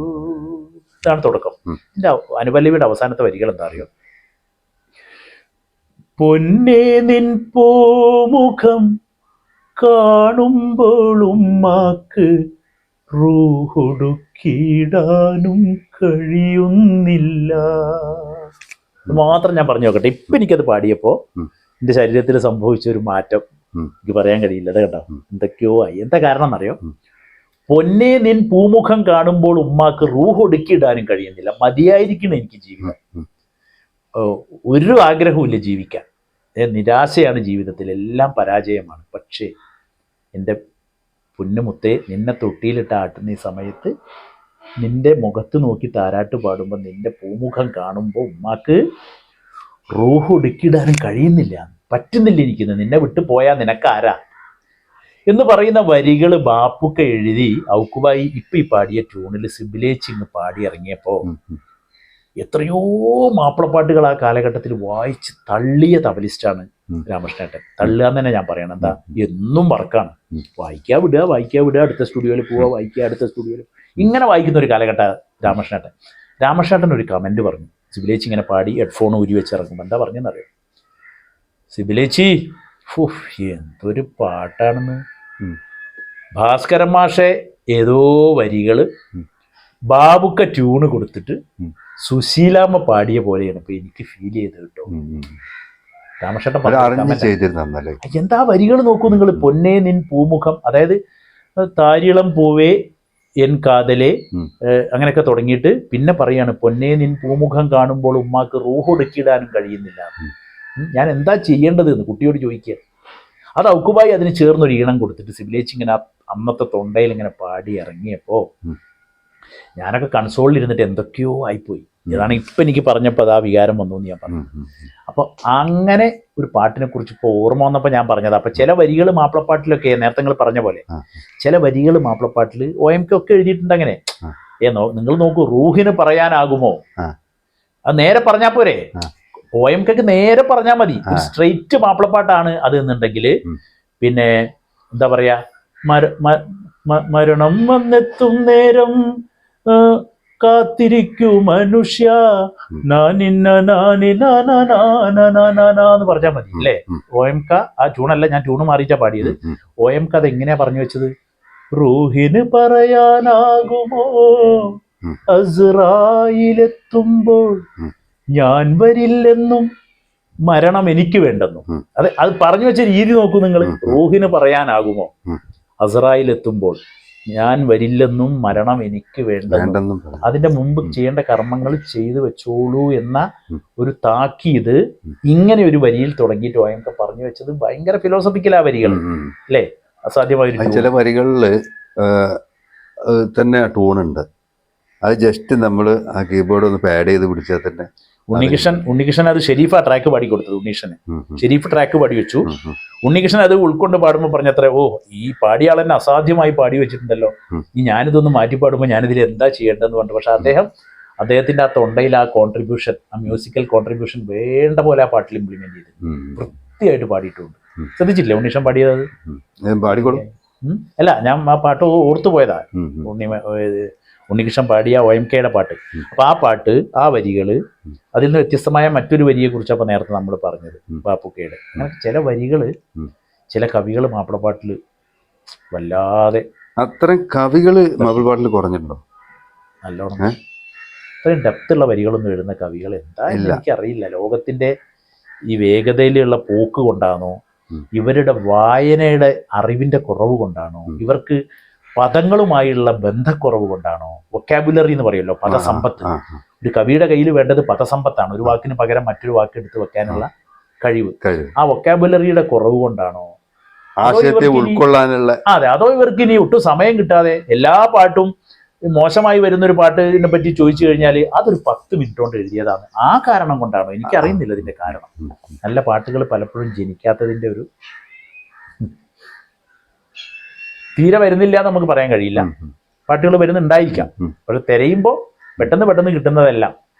പിന്നെ ഈ പാട്ട് റീമിക്സ് എന്ന് പറഞ്ഞു വരുന്ന ഈ ഒരു പ്രവണതയുണ്ടല്ലോ, വന്നോട്ടെ, പുതിയ ശബ്ദത്തിൽ പാട്ടുകൾ വരണം. ഇപ്പൊ നമ്മൾ ചില TV ഷോകളിലൊക്കെ ഇപ്പൊ കാണുന്ന ചില പരിപാടികളൊക്കെ പഴയ പാട്ടുകളെ പുതിയ ശബ്ദത്തിൽ കേൾപ്പിക്കുക എന്നുള്ളതാണ്. നല്ലൊരു പ്രവണതയാണ്, തെറ്റെന്ന് ഞാൻ ഒരിക്കലും പറയില്ല. പഴയ പാട്ടുകളെ പുതിയ ശബ്ദത്തിൽ, പഴയവരുടെ പാട്ടുകൾ മാത്രം കേട്ടാൽ മതിയെന്ന് പറയുന്നതും ശരിയല്ല. പഴയവർ തന്നെ ഇനിയും പാടണം എന്ന് പറഞ്ഞാൽ അവരോട് ജീവിച്ചിരിപ്പില്ലല്ലോ പലരും നമ്മളെ കൂടെ, അതും സാധ്യമല്ല അല്ലേ? അപ്പൊ പുതിയ ശബ്ദങ്ങൾ തീർച്ചയായിട്ടും ആ നല്ല പാട്ടുകളുമായിട്ട് വരണം. പക്ഷെ നല്ല പാട്ടുകളുമായിട്ട് അവർ വരുമ്പോ ആ വരികളോടും ആ ഒറിജിനൽ ഈണത്തോടും അവർ കാണിക്കേണ്ട ഒരു കടപ്പാടുണ്ട്. അവിടെയാണ് പാളിപ്പോകുന്നത്. നിങ്ങൾക്ക് ഇഷ്ടമുള്ള പോലെ ട്യൂണുകളെ മാറ്റുക. ആര് തന്നു നിങ്ങൾക്ക് പ്രാണസഖി ഇങ്ങനെ മാറ്റാൻ? ആരാ അധികാരം തന്നത്? എന്താ ഇന്ന് പ്രാണസഖിന്റെ അവസ്ഥ? പ്രാണസഖി ഞാൻ വെറും ഒരു പാമരനാം പാട്ടുകാരൻ ഇന്ന് എത്തി നിൽക്കുന്ന ഒരു അവസ്ഥ ചോദിച്ചു. ഞാൻ അതിനെക്കുറിച്ചൊരു കമന്റ് പറയാറുണ്ട്. അതൊരു ചാനലിന് വേണ്ടി ആയതുകൊണ്ട് ഞാനത് പറയുന്നില്ല. അത് കുറച്ച് മോശപ്പെട്ട വാക്കുകളാണ്, അത് ഞാനിവിടെ പ്രതിപാദിക്കുന്നില്ല. എന്താ ഇന്ന് പ്രാണസഖിന്റെ അവസ്ഥ? ബാബുക്കയുടെ ആത്മാവ് എത്ര നോവുന്നുണ്ടാവും? നിങ്ങൾ എവിടെയെങ്കിലും ഒരു വട്ടം ചിന്തിച്ചിട്ടുണ്ടോ ഈ ചെയ്യുന്നവർ? ബാബുക്ക 2 പ്രാണസഖിയല്ലേ പാടിച്ചത്? പ്രാണസഖി പ്രാണസഖി, ആ വിളിയിലെല്ലാം ഉണ്ട്. ഭാസ്കരൻ മാഷ് ഒരു വട്ടം എവിടെയോ ചോദിച്ചത്ര ബാബുക്കയോട്, ഒന്ന് പരത്തി പാടിക്കാമായിരുന്നില്ലേ വേണമെങ്കിൽ ദാസിനെ കൊണ്ടെന്ന് പറഞ്ഞാൽ അവരുടെ ഭാഷയിൽ, നമുക്ക് ദാസേട്ടനെ കൊണ്ട് അല്ലേ? ബാബുക്ക പറഞ്ഞ ഉത്തരം എന്താണെന്നറിയോ? വെറും 4ാം ക്ലാസ്സുകാരനായ ബാബുക്ക, ഈ പാട്ടുകാരൻ പണ്ഡിതനല്ല മാഷേ, പാമരനാണ്, അവൻ അങ്ങനെ പാടൂ. ഈ പാട്ടുകാരൻ പാമരനാണ് എന്ന്, പണ്ഡിതനല്ല എന്ന്. പാമരനാം പാട്ടുകാരൻ, അവൻ അങ്ങനെ നിഷ്കളങ്കമായിട്ട് പാടാൻ കഴിയുള്ളൂ. അവൻ ആ പ്രാണസഖിന്ന് അങ്ങനെ ഒരു പാവം വിളിക്കുന്ന പോലെ വിളിക്കാൻ കഴിയുള്ളൂ എന്നുള്ളൊരു ഉത്തരം അതിന്റെ പുറകിൽ കിടക്കുന്നുണ്ട്. ഈ ഉത്തരത്തിന് എത്ര വലുപ്പമുണ്ട് എന്നുള്ളത് കേൾവിക്കാരാണ് അല്ലേ? ആ പ്രാണസഖി ഇന്ന് എടുത്തിട്ട് നിങ്ങളുടെ ഇഷ്ടത്തിന് സിന്ധു ഭൈരവിയിൽ ഏത് നോട്ടും പാടാം, എല്ലാ നോട്ടുകളും തൊട്ടു പോകുന്ന രാഗമാണ് സിന്ധു ഭൈരവി എന്ന് വെച്ച് ഈ പ്രാണസഖിയിൽ അതെല്ലാം പ്രയോഗിക്കാൻ നിങ്ങൾക്ക് ആരനുവാദം തന്നു? ഒരു പ്രാണസഖി ഇറങ്ങി, ബാബുക്കയുടെ പാട്ടാണ് മരണപ്പെടുന്നത് വരെ. ആ പാട്ട് എന്നെങ്കിലും ഇവിടെ നിന്ന് അസ്തമിക്കുന്നുണ്ടെങ്കിൽ, അങ്ങനെ ഇല്ല, ഒരു കാലമില്ല പാട്ടുകൾക്ക്. അത് ഭാസ്കര മാഷയുടെയും ബാബുക്കയുടെയും പാട്ടാണ്. ആ പാട്ടിൽ ഇങ്ങനെ എടുത്തിട്ട് ഈ കോമാളിത്തരങ്ങളെല്ലാം കാട്ടാൻ നിങ്ങൾക്ക് ആരനുവാദം തന്നു? നിങ്ങൾ ഈ പാടുന്നതൊക്കെ സംഗീതമായിരിക്കാം, സിന്ധു ഭൈരവിയിൽ കുറേ നോട്ടുകൾ പാടാം. ഈ നോട്ടെല്ലാം എടുത്ത് നിങ്ങൾ പ്രാണസഖിയിൽ പ്രയോഗിക്കലാണോ? പ്രാണസഖി അങ്ങനെയാണ്. പ്രാണസഖി എങ്ങനെയാണോ ജനിച്ചത് അതാണ് പ്രാണസഖി. അതിൽ വേറെ പ്രാണസഖി ഒരു 55 പാടി പിന്നെ തിരിച്ചു പാട്ടിലേക്ക് വന്ന് തുടങ്ങുമ്പോൾ തന്നെ ഈ അനുപല്ലവി തുടങ്ങി. എങ്കിലും എന്നെ ഓമലാൾക്ക് വീട്ടി മുരളിയേട്ടൻ ഒരു തവണ പറഞ്ഞു, മക്കളെ ആ എങ്കിലും എന്ന് പറയുന്നത് അതിന്റെ മുമ്പ് പറഞ്ഞു വെച്ചതിന്റെ ഒരു ബാക്കി കാര്യമാണ്. എങ്കിലും എന്ന് വെച്ചത് തുടങ്ങാൻ പാടില്ല. നിങ്ങൾ പിന്നെ ഞാനൊരു പാമരനാം പാട്ടുകാരനാണ്, ഗാനലോക വീഥികളിൽ വേണുവൂതും ആട്ടിടയനാണ് എന്ന് പറഞ്ഞു വെച്ചിട്ടേ എങ്കിലും എന്ന് പറയാൻ പാടുള്ളൂ. അപ്പോഴേ പാട്ടിന് അർത്ഥമുള്ളൂ. ഇത് നമ്മൾ തുടങ്ങലെങ്കിലും വെച്ചാ ഇങ്ങനെയൊക്കെ പറഞ്ഞപ്പോൾ ഞങ്ങൾ എങ്ങനെ പാടുക എന്നൊക്കെ ചിലപ്പോൾ തിരിച്ച് ചോദ്യം വരും. പക്ഷെ സംസ്കാരം, കൾച്ചർ ഈസ് കൾച്ചർ, അത് വളരെ പ്രധാനമാണ്. ഇതൊക്കെ കൾച്ചറിലാണ് ഈ കാര്യങ്ങളൊക്കെ പെടുന്നത്. പാട്ടിൻ്റെ ഒരു സംസ്കാരം, രചനാ സംസ്കാരം, ഈണ സംസ്കാരം, ആലാപന സംസ്കാരം, ഇത് മൂന്ന് സംസ്കാരമാണ്. അത് കൃത്യമായിട്ട് അങ്ങനെ വേണം എന്നുള്ളതല്ലേ. നമ്മളിപ്പോൾ കല്യാണ വീട്ടിൽ രാക്കിളി പൊന്മകളെ എന്ന് പാടില്ല എന്ന് ഞാൻ പറഞ്ഞു കൊടുക്കാറുണ്ട്. പെണ്ണിനെ മൈലാഞ്ചിട്ടിരുത്തിയ ദിവസം നമ്മൾ ഒരിക്കലും അവിടെ മൈക്ക് എടുത്തിട്ട് വികാര നൗകയുമായി നമ്മൾ ഒരിക്കലും പാടില്ല. പാടിയാൽ അത് അബദ്ധമാണ്. അവിടെ നമ്മൾ തീർച്ചയായിട്ടും ആ പെണ്ണിന് വേണ്ടിയിട്ട് ഒരു നോൺ മുസ്ലിം കല്യാണമാണെങ്കിൽ നമ്മൾ സ്വയംവര ശുഭദിന മംഗളങ്ങൾ അനുമോദനത്തിൻ്റെ ആശംസകൾ എന്ന് പാടും. അല്ലെങ്കിലോ വധൂവരന്മാരെ വിവാഹമംഗളാശംസകളുടെ വിടർന്ന പൂക്കളിതാ എന്ന് പാടും. ഒരു മുസ്ലിം കല്യാണമാണെങ്കിലോ കുടമുല്ല ചിരിയുള്ള കുയിലിന്റെ സ്വരമുള്ള പുതു മണവാട്ടി നിന്റെ അരിമുല്ലക്കിനാവിലെ അഴകേറും പൊതുമാരൻ ഇത വരുന്നേ പെണ്ണേ എന്ന് പാടും അല്ലേ, അല്ലെങ്കിൽ മധുവർണ്ണ പൂവല്ലേ എന്ന് പാടും. അവിടെ നമ്മൾ ഒരിക്കലും ഞാൻ നേരത്തെ പറഞ്ഞ വികാര നൗകയുമായൊന്നും പാടില്ല, പാടുന്നതിന് അർത്ഥമില്ല. വാഗൺ ട്രാജഡിയുടെ അനുസ്മരണം നടക്കുന്ന ഒരു സ്ഥലത്ത്, സ്വാതന്ത്ര്യ സമരത്തിന്റെ അനുസ്മരണം നടക്കുന്ന ഒരു സ്ഥലത്ത് നമ്മൾ കയറിയിട്ട് ഈ കുടമുല്ല പാടുന്നതിലും അർത്ഥമില്ല. അവിടെ നമ്മൾ എന്താ പാടേണ്ടത്? 921 മാപ്പിളമാർ വെള്ളക്കാരോടേറ്റു പടവേട്ടിയേ എന്ന് പാടാം. അല്ലെങ്കിലോ അന്ന് 21 നമ്മളി മലയാളത്തില് എന്നും പാടാം ഇല്ലേ? ഇതൊക്കെ പാടിയാൽ അവിടെ അതിനർത്ഥമുണ്ട്. അങ്ങനെയാണ് രാഗത്തിനും അതേപോലെ കാലങ്ങളുണ്ടല്ലോ. അതെ, രാഗത്തിനുണ്ട്. രാഗം എവിടെ എന്ത് ചേരണം എന്നുള്ളതിന് അർത്ഥമുണ്ട്. അതുകൊണ്ടാണല്ലോ ഓരോ രാഗങ്ങൾ ഓരോ വരികൾക്ക് പ്രയോഗിക്കുന്നത് അല്ലേ? ഷെഹനായി എന്ന ഇൻസ്ട്രുമെന്റ് സങ്കടം മാത്രം കാണിക്കുന്നതെന്നാണ് പറയുക നമ്മൾ. പക്ഷെ സന്തോഷം കല്യാണത്തിന് പീരിപ്പിന്ന് ഷെഹനായി വായിക്കും. അത് മറ്റൊരു തലമാണ് അതിന്റെ. പൊതുവെ ഷെഹനായി എന്നൊരു ഇൻസ്ട്രുമെന്റ് ഒരൊറ്റ ഊത്തൂതിയാൽ സങ്കടം അണപൊട്ടി ഒഴുകുന്നാണ് നമ്മൾ പറയാം. ശരിയല്ലേ? പൊട്ടിത്തകർന്ന കിനാവിന്റെ മയ്യത്തിൽ മുഴുവനായിട്ടും ബാബുക്ക വായിപ്പിച്ച ഷെഹനായി. എന്താ കാരണം?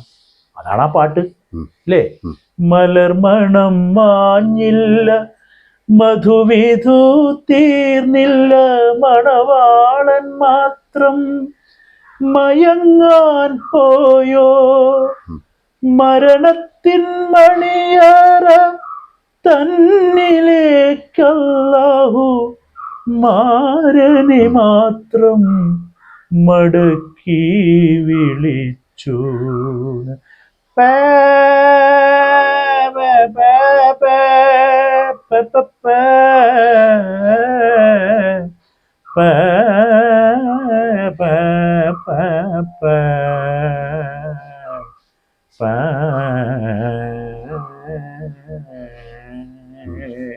ഇത് ഷെഹനായി ഊതി നിർത്തിയാൽ ഇതിങ്ങനെ ബ്ലെൻഡാവാണ് രണ്ടും കൂടെ, ഈ രണ്ട് കാര്യങ്ങളും കൂടെ.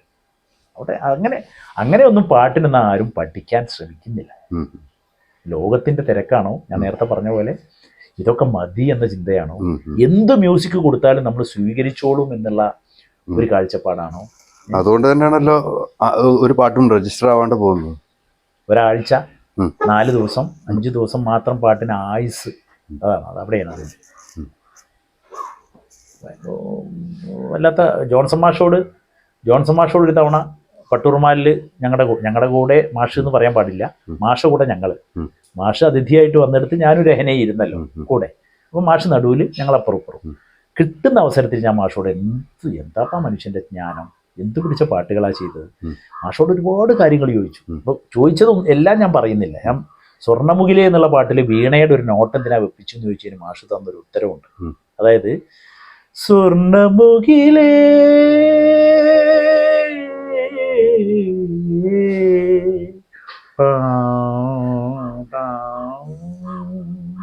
വെപ്പിച്ചത്. വീണ താഴേക്ക് ഒരു നോട്ട്, അത് മേലേക്ക് ഇങ്ങനെ വലിച്ചു ശ്രുതിയിലേക്ക് വെക്കുക. ഞാൻ മാഷോട് ചോദിച്ചേ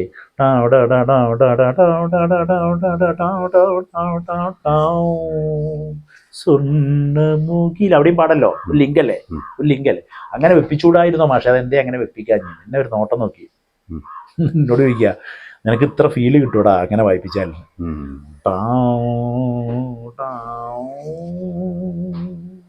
അതല്ലേ തകരുന്നത്, ഹൃദയം തകരുകയാണ് നായികയുടെ.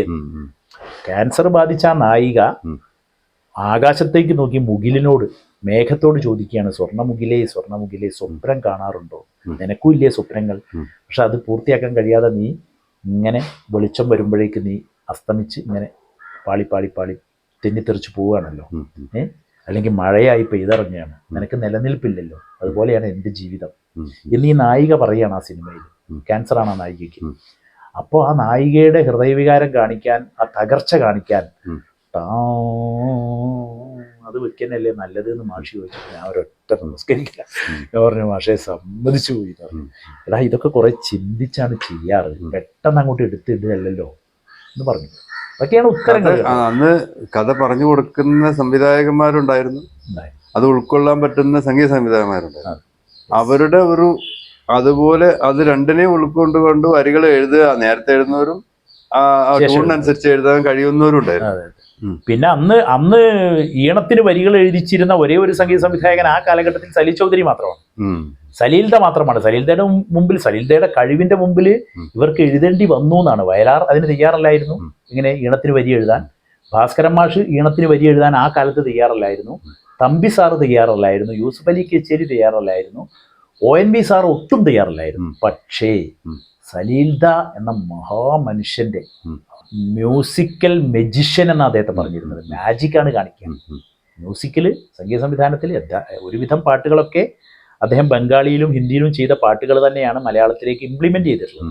അത് പലർക്കും ഒരുപാട് അറിയാത്തൊരു സത്യമാണ്. അദ്ദേഹം ബംഗാളിയിൽ ചെയ്ത പാട്ടുകളും, പക്ഷെ അദ്ദേഹത്തിന്റെ പാട്ടുകളാണല്ലോ, മറ്റൊരു പാട്ടല്ലല്ലോ. അദ്ദേഹം തന്നെ ചെയ്ത പാട്ടുകൾക്ക് ചേരുന്ന സംസ്കാരം പറ്റുന്നത് എടുത്തു കൊണ്ടുവന്നിട്ട് മലയാളത്തിലേക്ക് വരി എഴുതിക്കുക. സിറ്റുവേഷൻ പറഞ്ഞു കൊടുക്കുന്ന സമയത്ത് എൻ്റെ ഈ പാട്ട് എടുക്കല്ലോ എന്ന് വിചാരിച്ച് അദ്ദേഹം ഇപ്പുറത്ത് ഇപ്പൊ സന്ധ്യയെ കണ്ണീര് തെന്തി സന്ധ്യയെ സാഗരമേ ശാന്തമാകുന്നേ എന്നാ ആ സിനിമയിൽ തന്നെ മാടപ്രാവേവാ ആ സീന് വേറെയല്ലേ. അത് ശോഭമൊന്നും അല്ലല്ലോ. അത് കമലഹാസൻ ഇങ്ങനെ ഓടി നടന്ന് സെറീന വഹാബിന്റെ പുറകെ കമലഹാസൻ ഓടി നടന്ന് പാടുന്ന ഒരു സീനാണ്. അത് വേറെ സിറ്റുവേഷനാണ്. അപ്പൊ അതിനാ ട്രിപ്പിൾ ഡ്രമ്മും ജാസൊക്കെ വെച്ചുള്ള ഒരു പാട്ട് അദ്ദേഹം തിരഞ്ഞെടുത്തു. ഇതൊക്കെ അദ്ദേഹത്തിന്റെ ബംഗാളിയിലെയും ഹിന്ദിയിലെയും പാട്ടുകളാണ്. അതെടുത്ത് മലയാളത്തിലേക്ക് കൊണ്ടുവരുന്ന സമയത്ത് ആ മ്യൂസിക്കൽ മെജിഷ്യന്റെ മുമ്പിൽ ഇവർ പലരും എഴുതാൻ നിർബന്ധിതരായി എല്ലാ പ്രഗത്ഭരും. അപ്പൊ അവർ വരികൾ എഴുതി കൊടുത്തു. 50 കൊല്ലത്തെ സംഗീത യാത്രയിൽ ഫിറോസ്ജിക്ക് മറക്കാൻ കഴിയാത്ത എന്തെങ്കിലും അനുഭവങ്ങൾ പങ്കുവെക്കും? 50 കൊല്ലത്തെ യാത്രയിൽ ഞാൻ പാട്ടുരംഗത്ത് എന്താ പറയുക, നമ്മൾ പറയല്ലോ കഷ്ടപ്പെട്ട് വന്ന ഒരാളല്ല. നമ്മളങ്ങനെ പറയില്ലേ. കഷ്ടപ്പെടുക എന്ന് പറയുമ്പോൾ ഞാൻ ഉദ്ദേശിക്കുന്നത് പാടാൻ വേണ്ടി അത് നമ്മളുടെ ഒരു സമ്പാദ്യത്തിന് വേണ്ടി എന്ന ഒരു ഘട്ടം വെച്ച് മാത്രം അങ്ങനെയുണ്ടല്ലോ നമുക്ക്. അതിപ്പോ ഒരു മോശം കാര്യമായിട്ടല്ല ഞാൻ പറയുന്നത്. അങ്ങനെ തന്നെ വരേണ്ടി വരുന്നവരും അല്ലാതെ വരാൻ ഭാഗ്യം സിദ്ധിച്ചവരൊക്കെ ഉണ്ടല്ലോ, വ്യത്യാസം ഉണ്ടല്ലോ. അപ്പൊ ഞാൻ യഥാർത്ഥത്തിൽ ഉമ്മ അധ്യാപിക, ഉപ്പയും എൻ്റെ കുട്ടിക്കാലത്ത് വളരെ കുട്ടിക്കാലത്ത് മരണപ്പെട്ടു പോയെങ്കിലും എൻ്റെ ഒരു 9 വയസ്സിലൊക്കെ ഉപ്പ മരണപ്പെട്ടിട്ടുണ്ട്.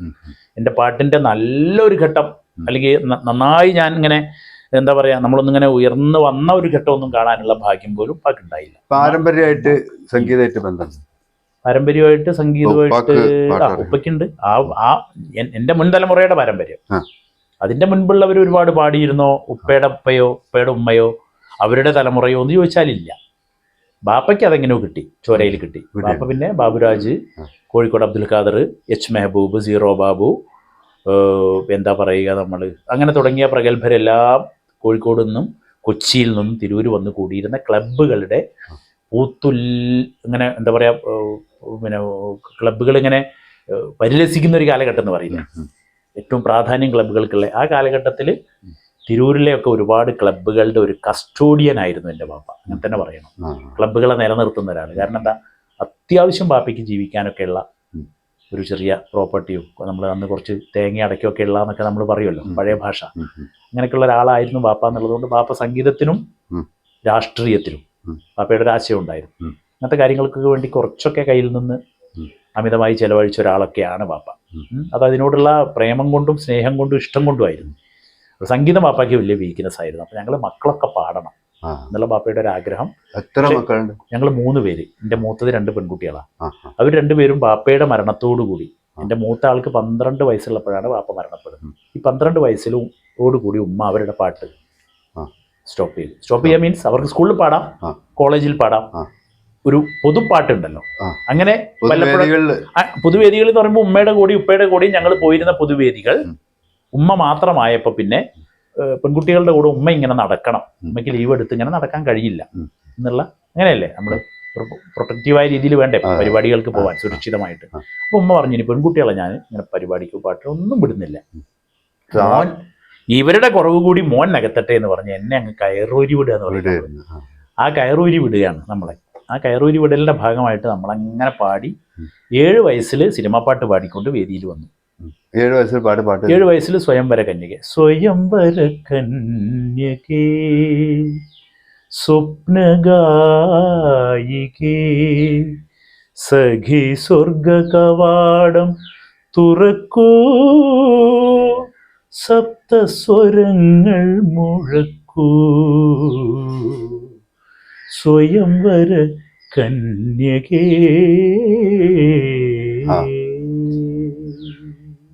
അത് 7ാമത്തെ വയസ്സിലാ പാടുന്നത്. 7 വയസ്സിൽ. സംഗീത സംവിധാനം ആരായിരുന്നു? തുഞ്ചൻ പറമ്പിൽ. ഇത് അർജുന മാഷ്. മാഷ് ദാസേട്ടൻ പാടിയ 73 റിലീസ് ചെയ്ത പടമാണ് യാമിനി. 73 ഓഗസ്റ്റിൽ റിലീസ് ചെയ്യുന്നു. 73 ഒക്ടോബറിൽ ഞാനിത് പാടുന്നു. 73 ഒക്ടോബറിലാണ് ഞങ്ങളുടെ ആദ്യത്തെ വേദി. പാട്ട് മാപ്പിളപ്പാട്ട് പ്രത്യേകിച്ച് മാപ്പിളപ്പാട്ടിനെ ഞാൻ പരിചയപ്പെടുന്നത് അവിടുന്ന് 2 കൊല്ലം കഴിയുമ്പോൾ 9 വയസ്സിൽ. 9 വയസ്സാകുമ്പോഴേക്കൊക്കെ ബാപ്പ നഷ്ടപ്പെട്ടിട്ടുണ്ട്. പിന്നെ മാപ്പിളപ്പാട്ടുകാർ വന്ന് തിരൂരിൽ ഇങ്ങനെ പാടുന്ന ഒരു കുട്ടിയുണ്ട്. മാപ്പിളപ്പാട്ട് പാടുന്ന ഒരു കുട്ടിയുണ്ട് എന്ന് പറഞ്ഞിട്ടല്ല വരുന്നത്. തിരൂരിൽ പാട്ട് പാടുന്ന ഒരു കുട്ടിയുണ്ട്. ഒരു ടീച്ചറുടെ മകനാണ്.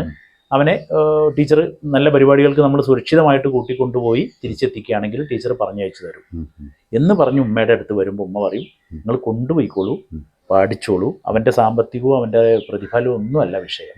അവന് പാടാൻ പ്ലാറ്റ്ഫോമുകൾ വേണം, അവന് പാടണം. നന്നായി പഠിക്കുകയും ചെയ്യും. നന്നായി പഠിക്കുകയും ചെയ്യും. അവൻ്റെ പഠിത്തം കല്ലത്താവാതെ നാളെ രാവിലെ സ്കൂളിൽ പോവാൻ റെഡിയായിട്ട് സ്കൂൾ മുടങ്ങാത്ത രൂപത്തിൽ അവൻ അവിടെ എത്തിക്കണം. ചിലപ്പോൾ രാത്രിയൊക്കെ എന്ന് പറയുമ്പോൾ എവിടുന്നെങ്കിലും ഒരു ട്രെയിൻ കയറിയിട്ടോ എവിടുന്നെങ്കിലും ഒരു സമയത്തുള്ള അന്നൊന്നുമില്ല ട്രാൻസ്പോർട്ടേഷനും സൗകര്യം. വണ്ടി വിളിച്ച് ആനമൽ ട്രോപ്പ് പോകുന്ന കാലവും അല്ല. പിന്നെ അങ്ങനെ പോകേണ്ടവർ ഒരു ജീപ്പൊക്കെ വിളിച്ചു പോകും, ഓർമ്മയുണ്ടല്ലോ. അങ്ങനെയൊക്കെ പോയിട്ട് എങ്ങനെയെങ്കിലൊക്കെ വീട്ടിലെത്തിക്കും രാവിലെ, സ്കൂളിൽ പോകുന്ന രീതിയിൽ വരും. അപ്പോൾ പഠിത്തം മുടങ്ങാതെ പാട്ടും മുടങ്ങാതെ ഉമ്മ എങ്ങനെ കൊണ്ടുപോയി പല പരിപാടികൾക്കും ഉമ്മ കയ്യിൽ നിന്ന് ശമ്പളത്തിലെ കാശെടുത്ത് തന്നിട്ടാണ് എന്നെ പറഞ്ഞേക്കുക. പ്രഗത്ഭനായ ഒരാൾ എന്നെ വിളിച്ചു എന്ന് വിചാരിച്ചോളൂ, കണ്ണൂര്. അപ്പോൾ കണ്ണൂരേക്ക് ബാബു മോനെ എന്നൊക്കെ പറഞ്ഞിട്ട് ഏതെങ്കിലും ഒരാൾ വഴി ഒന്ന് അറിയിച്ച ഒരാളെ പറഞ്ഞയച്ച് അല്ലെങ്കിൽ ഒരു ഇൻലൻഡിൽ ഒരു കത്ത് എഴുതിയിട്ട് നമ്മൾ അറിയിക്കും. കണ്ണൂർ സ്റ്റേഷനിലേക്ക് തിരൂരിൽ നിന്ന് വണ്ടി കയറിയാൽ മതി, ഞങ്ങൾ അവിടെ സ്റ്റേഷനിൽ കാത്തിക്കാൻ പോകും. നമ്മൾ ഒരു 9ാം ക്ലാസ് 8ാം ക്ലാസ് ടെലിഫോൺ സൗകര്യം പോലും ഒന്നുമില്ല. ഒരു പ്രായത്തിലൊക്കെ ഞാൻ അങ്ങനെ ഒറ്റയ്ക്ക് വണ്ടിക്ക് യാത്ര ചെയ്ത് ശീലിച്ച് തുടങ്ങി എന്ന് പറയാം. പഠിച്ചു പാടുക എന്ന് പറയുന്നതും പഠിക്കാതെ. എന്നാൽ സംഗീതം ഒരു അധ്യാപകന്റെ അടുത്തിരുന്ന് പോയി പഠിച്ചാൽ മാത്രമാണോ പാടാൻ കഴിയുക? അങ്ങനെയൊന്നും ഞാൻ പറയുന്നില്ല. SPB പാടിയതും ജാനകി അമ്മ പാടിയതും ഒന്നും തുടക്കത്തിൽ സംഗീതം പഠിച്ചിട്ടല്ല എന്നാണ് നമ്മൾ കേട്ടിട്ടുള്ളത് അല്ലേ. ശങ്കരാഭരണത്തിൽ സ്വരങ്ങൾ പാടാൻ പറഞ്ഞു 11 പാട്ടോ 12 പാട്ടോ ഉള്ള ഒരു സിനിമയിലെ 10 പാട്ടും SPB ആണ് പാടിയത്. സ്വരങ്ങൾ പാടണം, വലിയ നീണ്ട സ്വരങ്ങൾ പാടണം എന്ന് പറഞ്ഞപ്പോൾ SPB സാറ് മെല്ലെ മദ്രാശിയിൽ നിന്ന് എവിടേക്കോ ഫ്ലൈറ്റ് ടിക്കറ്റ് എടുത്ത് മുങ്ങാൻ നിന്നു. ഉടനെ KV മഹാദേവൻ അദ്ദേഹത്തെ ചെന്ന് പിടിച്ചിട്ട് പറഞ്ഞത്ര, നിങ്ങളുടെ ശബ്ദമേ ഈ സോമയാജലു എന്ന് പറയുന്ന നായകന് നിങ്ങളുടെ ശബ്ദമേ ചേരുകയുള്ളൂ. അയാൾ സംസാരിച്ചാൽ, ശങ്കരാഭരണത്തിലെ നായകൻ സംസാരിച്ചാൽ നിങ്ങളുടെ ശബ്ദമാണ്. SPBയോട് പറഞ്ഞത്രേ, അപ്പൊ നിങ്ങൾ തന്നെ പാടണമെന്ന്. അവസാനം SPB സാർ കാലിൽ വീണ് പറഞ്ഞു നോക്കിയത്രേ, എനിക്ക് സ്വരങ്ങൾ വഴങ്ങില്ല. അപ്പൊ KV മഹാദേവൻ എന്താ കൊടുത്ത ഉത്തരം എന്നറിയോ? ട്യൂണ് പഠിച്ചു പാടൂ സ്വരങ്ങൾ. സ്വരങ്ങൾക്ക് ട്യൂണ് പഠിച്ചൂടെ? നമുക്കിപ്പോ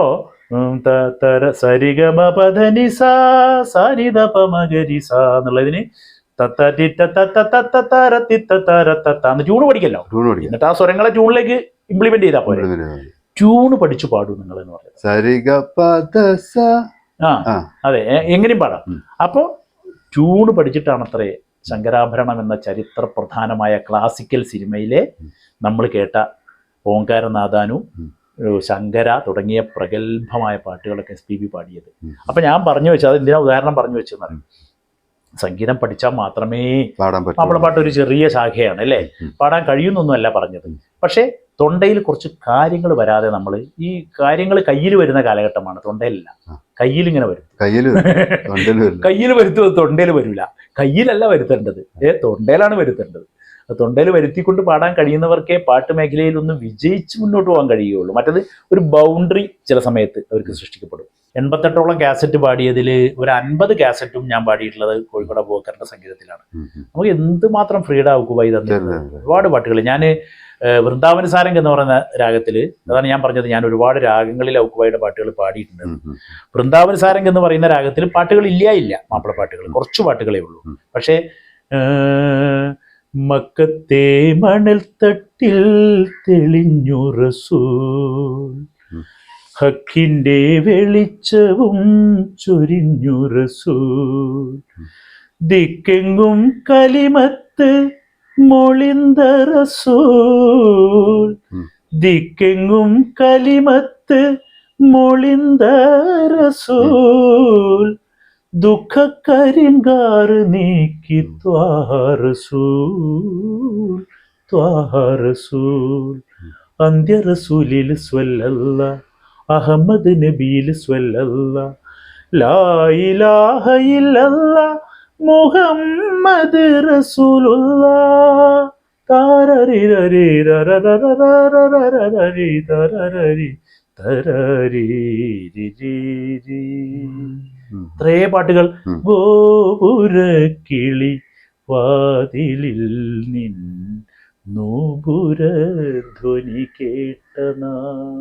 ഒരുപാട് പാട്ടുകളുണ്ട് അല്ലേ വൃന്ദാവന സാരംഗിൽ. അപ്പോൾ ആ രാഗത്തില് ഗോപികേ നിൻ വിരൽ, ജോൺസൺ മാഷിയുടെ പാട്ട്, ഇതൊക്കെ വൃന്ദാവന സാരംഗിലാണ്. അപ്പൊ വൃന്ദാവന സാരംഗിൽ ഒരു പാട്ട് പാടാം. അതായത് ഞാൻ നേരത്തെ പറഞ്ഞത്, നമുക്കൊക്കെ പാടിയ കാലഘട്ടത്തിനുള്ളിൽ ഒരുപാട് രാഗങ്ങളില് മാപ്പിളപ്പാട്ടിന് ഇപ്പൊ ചകഞ്ഞ് രാഗങ്ങൾ ഇങ്ങനെ കട്ടമാനം വരുമെന്നൊന്നും ചോദിക്കാൻ വയ്യ. അതാണ് കഴിവുള്ള സംഗീത സംവിധായകൻ, ഹാർമോണിയത്തിലും ഇൻസ്ട്രുമെന്റിലും അറിവുള്ളവൻ, രാഗത്തിൽ ജ്ഞാനമുള്ളവൻ, രാഗം കൈയോടിച്ച് മാപ്പിളപ്പാട്ടുകളെ ചെയ്യും.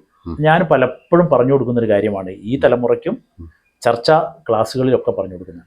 ഈ ഹാർമോണിയത്തിലും രാഗത്തിലും അറിവുള്ളവൻ കൈയോടിച്ച് വരികൾ നോക്കി, ഈ വരികൾക്ക് ഈ രാഗം ചേരുമല്ലോ, ഈ രാഗം കുറച്ച് സങ്കടമാണല്ലോ, ഈ രാഗം ഒരു സെമി സങ്കടമാണ്, അപ്പൊ ഈ വരികൾ എന്താ ഒരു സെമി സങ്കടമേ ഉള്ളൂ, ഈ രാഗം ഹാപ്പിയാണ്, ഈ വരികൾ എന്താ ഹാപ്പി ആണല്ലോ. ഇങ്ങനെയാണ് പാട്ടുകൾ രാഗം തീരുമാനിച്ച് ഈണം കൊടുക്കുന്നത്. ഇതാണ് സംഗീത സംവിധായകന്റെ കഴിവ്. ഇങ്ങനെ കൊടുക്കുന്ന ഒരു സംഗീത സംവിധായകന്റെ മേലേക്ക് ഇശൽ അടിച്ചേൽപ്പിക്കേണ്ട കാര്യമില്ല. അത് വളരെ ഇശൽ ഇൻവെർട്ടഡ് കോമയിലിടും നിങ്ങൾ. അത് ആ ഇശൽ ചേർന്നില്ല അത് പറയേണ്ട ഒരു കാര്യവുമില്ല. അദ്ദേഹത്തിന്റെ മ്യൂസിക്കൽ നോളജിൽ നിന്നാണ് പാട്ട് ചെയ്യുന്നത്.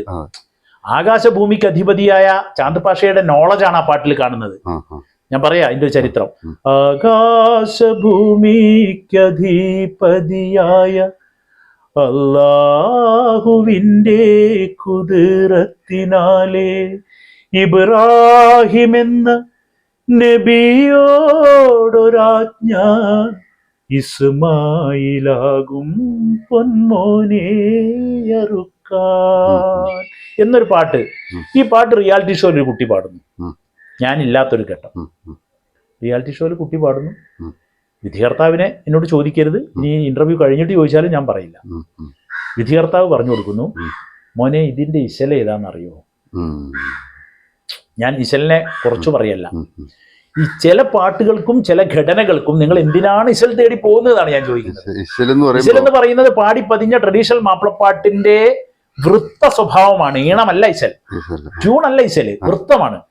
വരികളെ എങ്ങനെ ക്രമീകരിച്ചു വെച്ചു എന്നുള്ളതാണ്. എന്നാ പിന്നെ നിങ്ങൾ പൂമകളാണേ ഹുസ്നുൽ ജമാൽ ഒരു ട്യൂണല്ലേ, പൂമകളാണേ ഹുസ്നുൽ ജമാൽ വേറൊരു ട്യൂണല്ലേ, പൂമകളാണേ ഹുസ്നുൽ ജമാൽ വേറെ ട്യൂണല്ലേ. ഇത് യഥാർത്ഥ ഇശൽ ഒന്ന് പറയും. ഇതിൽ യഥാർത്ഥ ഇശൽ ഏതാ? ഒന്നും നിങ്ങൾക്ക് പറയാൻ കഴിയില്ല. അപ്പൊ വൃത്തമാണ്. ആ വരികളെല്ലാം ഒന്നല്ലേ, പൂമകളാണേ ഹുസ്നുൽ ജമാൽ അല്ലെ. അതിനെ ക്രമീകരിച്ച് വെക്കുന്ന വൃത്തത്തിന്റെ ഘടനയെ മാത്രമേ ഇശൽ എന്ന് പറഞ്ഞു കൊടുക്കാവൂ.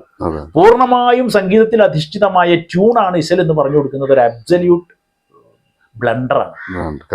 ഒരിക്കലും അല്ല ചെയ്യാൻ കഴിയുന്നില്ല നമുക്ക്.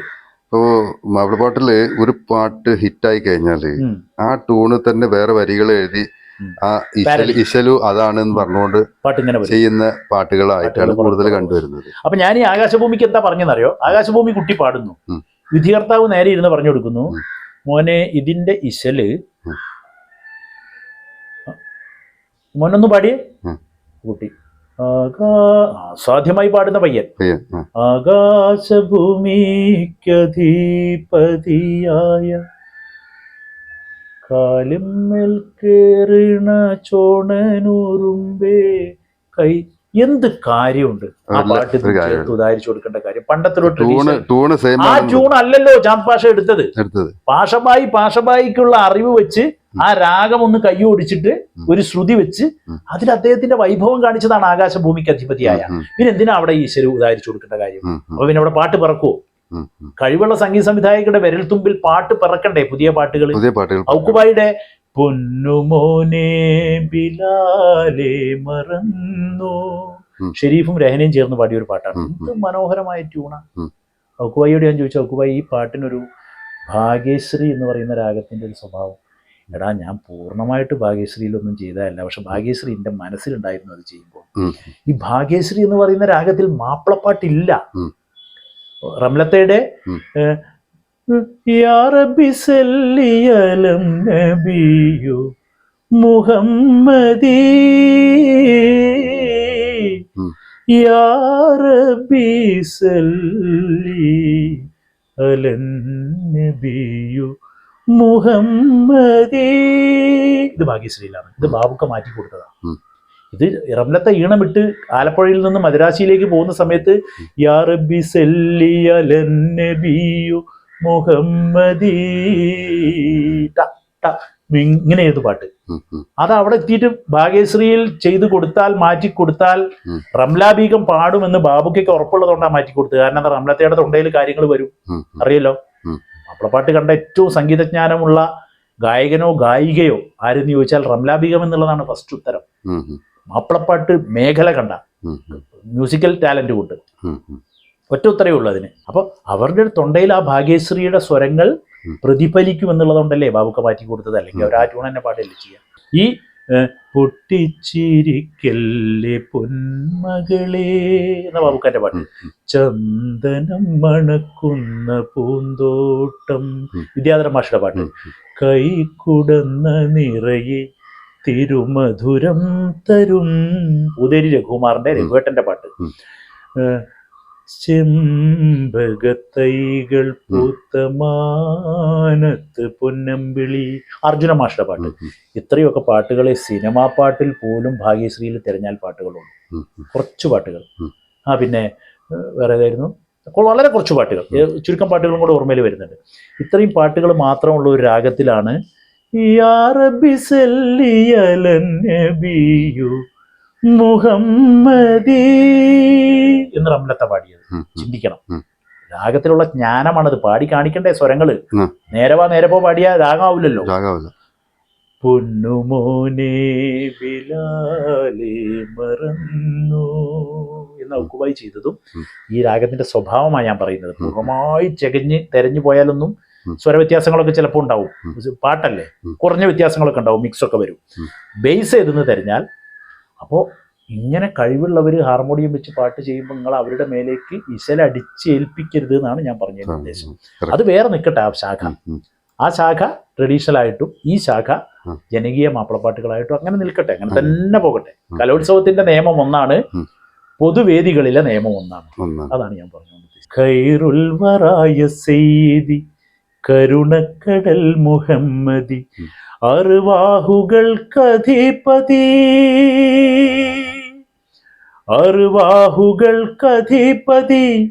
അഷ്റഫുൽ കൽക്കാം നിധി സിറുൽ സിനായ മുസ്തഫ സർദാർ ഹമീദ് മുർത്തല യാ നബിയേ സലാം യാ റസൂലേ സലാം. ഇത് നമ്മൾ പ്രതിപാദിച്ച ശിവരഞ്ജിനി അല്ലേ? ശ്രീജിത്ത് IPS, ശ്രീജിത്ത് സാറ് ഇന്ന് പോലീസിന്റെ തലപ്പത്തല്ലേ. സാറിന്റെ പോലീസ് സേന ഈ റസൂലുള്ള എടുത്ത് പാടിയിരുന്നു, കണ്ടിരുന്നോ? മില്യണുകൾ കണ്ടു വൈറലായി, മില്യണുകളോ ട്രില്യണുകളോ കണ്ടു. അത്രയും വൈറലായ ആ പാട്ട് എടുത്തിട്ട് സാറിന്റെ കൂടെ നിൽക്കുന്ന SI CI അറിയിച്ചു. അവർ പാടി കഴിഞ്ഞ് പുറത്തു വിട്ടതിന് ശേഷം CI പറഞ്ഞത്രേ, പട്ടുറുമാലിലേക്ക് ഇരിക്കുന്ന ഒരു ഫിറോസ് ബാബുവാണ്, കോഴിക്കോട്ടുകാരനോ തിരൂരുകാരനോ ആണ്, നമുക്ക് തപ്പിപ്പിടിക്കാന്ന് പറഞ്ഞു. അങ്ങനെ സാറിന്റെ നമ്പർ തപ്പിപ്പിടിച്ചിട്ട് എന്നെ വിളിക്കുകയാണ് ശ്രീജിത്ത് സാർ. സാർ എന്നോട് ചോദിച്ച ഫസ്റ്റ് ചോദ്യം എന്താണെന്നറിയും? അതാണ് അവരെയൊക്കെ അത്ഭുതപ്പെടുത്തുന്നത്.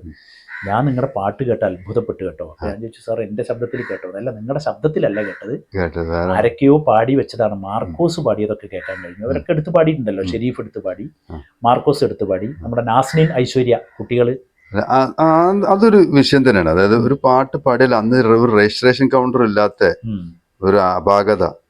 ഓരോരുത്തര് എടുത്ത് പാടുമ്പോ അയാളാണ് ആ പാട്ട് പാടിയെന്ന് അയാൾ അവകാശപ്പെടുന്ന ഒരുപാട് ന്യൂനതകൾ മാപ്പിളപ്പാട്ട് ശാഖയിൽ കണ്ടുവരുന്നു. അതെ അതെ, അത് സിനിമാ പാട്ടിനില്ല. സിനിമാ പാട്ടിന് അങ്ങനെ ഒരു ദുര്യോഗം അനുഭവിക്കേണ്ടി പല പാട്ടുകളും അവരുടേതല്ലാഞ്ഞിട്ടും അവർ അവകാശപ്പെടുന്ന ഒരു അവസ്ഥ. ഇഷ്ടം പോലെ പാട്ടുകൾ. ഇപ്പൊ അതിലേക്ക് ഞാൻ പോയി കഴിഞ്ഞാൽ ഒരുപാട് പേര് ഒരുപാട് പാട്ടിന്റെ അവകാശവാദം ഉന്നയിച്ചതിനെ കുറിച്ചൊക്കെ പറയേണ്ടി വരും. അതിലേക്കൊന്നും ഇപ്പൊ നമ്മൾ പോകണ്ട. അതൊക്കെ പറഞ്ഞവർക്ക് വലിയ പരിക്ക് പറ്റുന്ന കാര്യമായി. അതിന്റെ കാര്യമില്ലല്ലോ. ചിലരൊക്കെ അവർക്ക് ഇഷ്ടംപോലെ പാട്ടുകൾ അവരുടെ അവകാശവാദത്തിൽ അവരുടെ ക്രെഡിറ്റിൽ വെക്കാനുണ്ട്. എന്നാലും അവരെവിടേക്കോ പാടിയ മറ്റു ചിലരുടെ പാട്ടുകൾ ഇതിന്റെ പാട്ടാണെന്ന് പറയുന്ന ഒരു പ്രവണത വല്ലാതെയുണ്ട്. അതായത് ഒരു 10 അന്നൊക്കെ വേദികളിലേക്ക് ആ പാട്ട് പാടണം എന്ന് പറയുമ്പോൾ കുറെ അങ്ങ് പാടുമ്പോൾ നിങ്ങളെ പാട്ടാണെന്ന് അയാൾ തന്നെ സ്വയം മനസ്സിലാക്കുകയും സംഘാടകർ അതിനാളെ പാട്ടാണ് എന്നൊക്കെ പറഞ്ഞ് അത് സ്വയം അങ്ങ് വിശ്വസിക്കുകയാണ്. അതെ അതെ അതെ. പക്ഷേ ആ പാട്ടിന്റെ അവകാശി വേറെ ആളായിരിക്കും. അതെ അതെ. മുമ്പും ഇപ്പോഴും അതാ കവർ സോങ് റീമിക്സ് എന്നൊക്കെ പറഞ്ഞിട്ട് പാടി അങ്ങ് വിട്ട് കഴിയുമ്പോൾ കുട്ടികൾ പിന്നെ അത് ഞാൻ പാടിയതാണ് അവർ വേദിയിൽ പറയുന്നില്ല. ഞാനിപ്പോൾ അടുത്തിടെ പാടിയ ഒരു പാട്ട് എന്ന് പറയും. അവരിപ്പോൾ ഉദാഹരണത്തിന് ഒരു ഏതെങ്കിലും ഒന്ന് എടുത്ത് പാടി കവർ സോങ് എന്ന് പേര് കൊടുക്കാം, റീമിക്സ് എന്ന് പേര് കൊടുക്കാം, പിന്നെ എന്താണ് വേറെയും പേരുണ്ടല്ലോ ഇപ്പോഴത്തെ. അങ്ങനെ പേര് കൊടുത്തിട്ട് അവരതിന്റെ ടെമ്പോ മാറ്റി അതിന്റെ ഈണത്തിൽ ഒരുപാട് വ്യത്യാസങ്ങൾ വരുത്തി ഇൻസ്ട്രുമെന്റേഷൻ മാറ്റി ബാക്കിൽ ഒരു പിയാനോ മാത്രം ബാക്കിങ് കൊടുത്തപ്പോൾ അങ്ങനെയൊക്കെ ആവട്ടെ, അങ്ങനെ അവർ പാടട്ടെ. ഇപ്പൊ നമ്മൾ അതിനെ പൂർണ്ണമായി എതിർക്കാനാണ്, കാലഘട്ടത്തിന്റെ മാറ്റമായിരിക്കും. പക്ഷെ പാടി കഴിയുമ്പോഴും വേദിയിൽ അത് നിങ്ങളിപ്പോ അടുത്തൊരു യൂട്യൂബിൽ ഒരു പാട്ട് പാടിയല്ലോ ഒന്ന് പാടുമെന്ന് സദസ് ചോദിക്കും. സദസ് ചോദിക്കുമ്പോൾ ഇവർക്കൊരു കടമയുണ്ട്, ഇവർ നിർവഹിക്കുന്നത്. എരിഞ്ഞോളി മൂസക്ക പാടിയ PT അബ്ദുറഹ്മാൻ രചിച്ച് ചാന്ദ് പാഷ ഈണമിട്ട ഈ പാട്ട് ഞാനിപ്പോൾ അടുത്ത് യൂട്യൂബിൽ പാടിയിട്ടുണ്ട്. അത് നിങ്ങൾക്ക് വേണ്ടി കേൾപ്പിക്കാം. ഇതിന്റെ ഒറിജിനൽ പാട്ടുകാരൻ ഇന്നാളാണ്, പാട്ടുകാരി ഇന്നാളാണെന്ന് പറയേണ്ട ഒരു കടമയുണ്ട്. ആ കടമ ചെയ്യുന്നില്ല പലരും. ഞങ്ങളൊക്കെ എന്നും പറഞ്ഞുകൊണ്ടിരിക്കും അത്. ഫുർഖാനുൽ അലീമാണ് പരിശേറും പൂങ്കാവാണ് ഞാനും സിബിലേച്ചുമാണ് കാസറ്റിൽ പാടിയത്. ഞാൻ ഇന്നും വേദികളിൽ ചില സ്ഥലങ്ങളിൽ അത് ചോദിച്ച് പാടി കൊടുക്കുമ്പോൾ ഞാൻ പറയാറ് CVA കുട്ടിയും സംഘവുമാണ് ഇത് റേഡിയോയിൽ ആദ്യം പാടുന്നത്. എല്ലായിടത്തും പറയാറുണ്ട്. CVA കുട്ടി മാഷും അവരുടെ സംഘവുമാണ്, അന്നത്തെ ടീമുമാണ് ഇത് റേഡിയോയിൽ ആദ്യമായിട്ട് പാടുന്നത്. പക്ഷെ റേഡിയോയിൽ പാടിയത് കൊണ്ട് അത് അടയാളപ്പെടുത്തപ്പെട്ടിട്ടില്ല. കാസറ്റ് എന്ന് പറയുന്ന ഒരു അടയാളപ്പെടുത്തലിലേക്ക് ഇത് വരുമ്പോൾ മദീന എന്ന് പറയുന്ന കാസറ്റിൽ 1986 ഞാനും സിബില സദാനന്ദനും സിബിലേച്ചുമാണ് പാടുന്നത്. അത് മാത്രമേ നമ്മൾ പറയാറുള്ളൂ. അപ്പോഴും ക്രെഡിറ്റ് അവർക്ക് പകുതി കിടക്കുന്നുണ്ട്. അതുപോലെ ക്രെഡിറ്റ് ആരതാന്ന് പറയണം. പറയാതെ അവരെ മറന്നുകൊണ്ട് നമ്മൾ ആ പാട്ടിന്റെ ഫുൾ അവകാശം ഏറ്റെടുക്കുന്നതിൽ എന്താ അർത്ഥമുള്ളത് അല്ലേ? അപ്പൊ നമ്മൾ അതെ. അപ്പൊ ഞാൻ പറഞ്ഞത് ശ്രീജി സാറ് പ്രശംസിച്ചതിനെ പറ്റിയാണ്. അപ്പൊ അദ്ദേഹം അങ്ങനെ ചോദിച്ച ചോദ്യം അതാണ്. ശിവരഞ്ജിനിയിലൊക്കെ ഒരു മാപ്പിളപ്പാട്ട് ഞാൻ ആദ്യമായിട്ട് കേൾക്കാട്ടോ. അവിടെ അദ്ദേഹത്തിന് മാപ്പിളപ്പാട്ട് തെക്ക് ആയതുകൊണ്ട് മാപ്പിളപ്പാട്ടുമായിട്ട് കുറഞ്ഞ ബന്ധം എടുത്ത് പാടിയപ്പോൾ അദ്ദേഹം അത്ഭുതപ്പെട്ടു. ഞാൻ കുറെ കീർത്തനങ്ങളൊക്കെ പഠിച്ചിട്ടുണ്ട് ശിവരഞ്ജിനിയിൽ. അദ്ദേഹം പറയാം ശിവരഞ്ജിനിയിൽ ഞാൻ കുറെ സെമി ക്ലാസിക്കലൊക്കെ കേട്ടിട്ടുണ്ട്. അദ്ദേഹം സംഗീതം പഠിച്ച ആളാണ്. പക്ഷെ ഞാനൊരു മാപ്പിളപ്പാട്ട് ഇതുവരെ കേട്ടിട്ടില്ല. അപ്പൊ ഞാൻ അദ്ദേഹത്തിന് ശിവരഞ്ജിനിയിലുള്ള ചില മാപ്പിളപ്പാട്ടുകൾ എവിടേക്കോ തട്ടിപ്പോയ ചില കുഞ്ഞു മാപ്പിളപ്പാട്ടുകളൊക്കെ ഞാൻ പറഞ്ഞു കൊടുത്തു.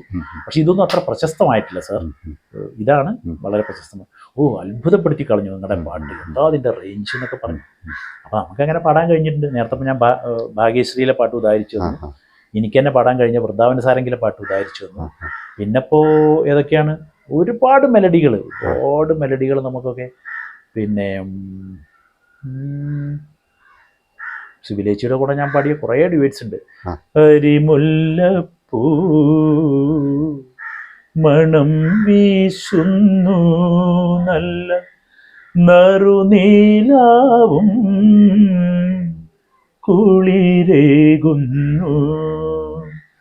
അരുമ കുഞ്ഞേ ഉറങ്ങുറങ്ങ് റബ്ബിൻ തിരുക്കാവലിൽ ഉറങ്ങുറങ്ങ്. കാഫിയാണോ പഡ്ഡീബാണോ ചർച്ച ചെയ്യേണ്ടതാണ്, തിരഞ്ഞെടുക്കേണ്ടതാണ്. ഞാൻ പരിശോധിച്ചിട്ടില്ല. ഔക്കുബായി ചെയ്തൊരു അപാര മെലഡിയാണ്. ഇലാഹേ നിന്റെ കരുണയ്ക്കായി ഇരന്നിരന്ന് കരഞ്ഞ് പോയി ഇതുപോലുണ്ടോ വ്യസനം വേറെ ഇനിയുമുണ്ടോ കരച്ചിലേറെ. ട്യൂണൊക്കെ കൊടുക്കാട്ടോ. ഞാനിപ്പോ അടുത്തിടയ്ക്ക് കുറെ പാട്ട് കേൾക്കും. ഞാൻ ട്യൂൺ കൊടുത്തൊരു പാട്ടാണ്. അപ്പൊ ആരും അറിയില്ല, ആരും അത് വായിച്ചു പോകുന്നതിൽ അത് ശ്രദ്ധിക്കാറില്ല. ഞാനിപ്പോ അടുത്തിടെ വൈറലായി എന്നൊന്നും ഞാൻ പറയുന്നില്ല, യൂട്യൂബിലൊക്കെ ഉണ്ട്, എന്റെ ഓൺ യൂട്യൂബിലുണ്ട്.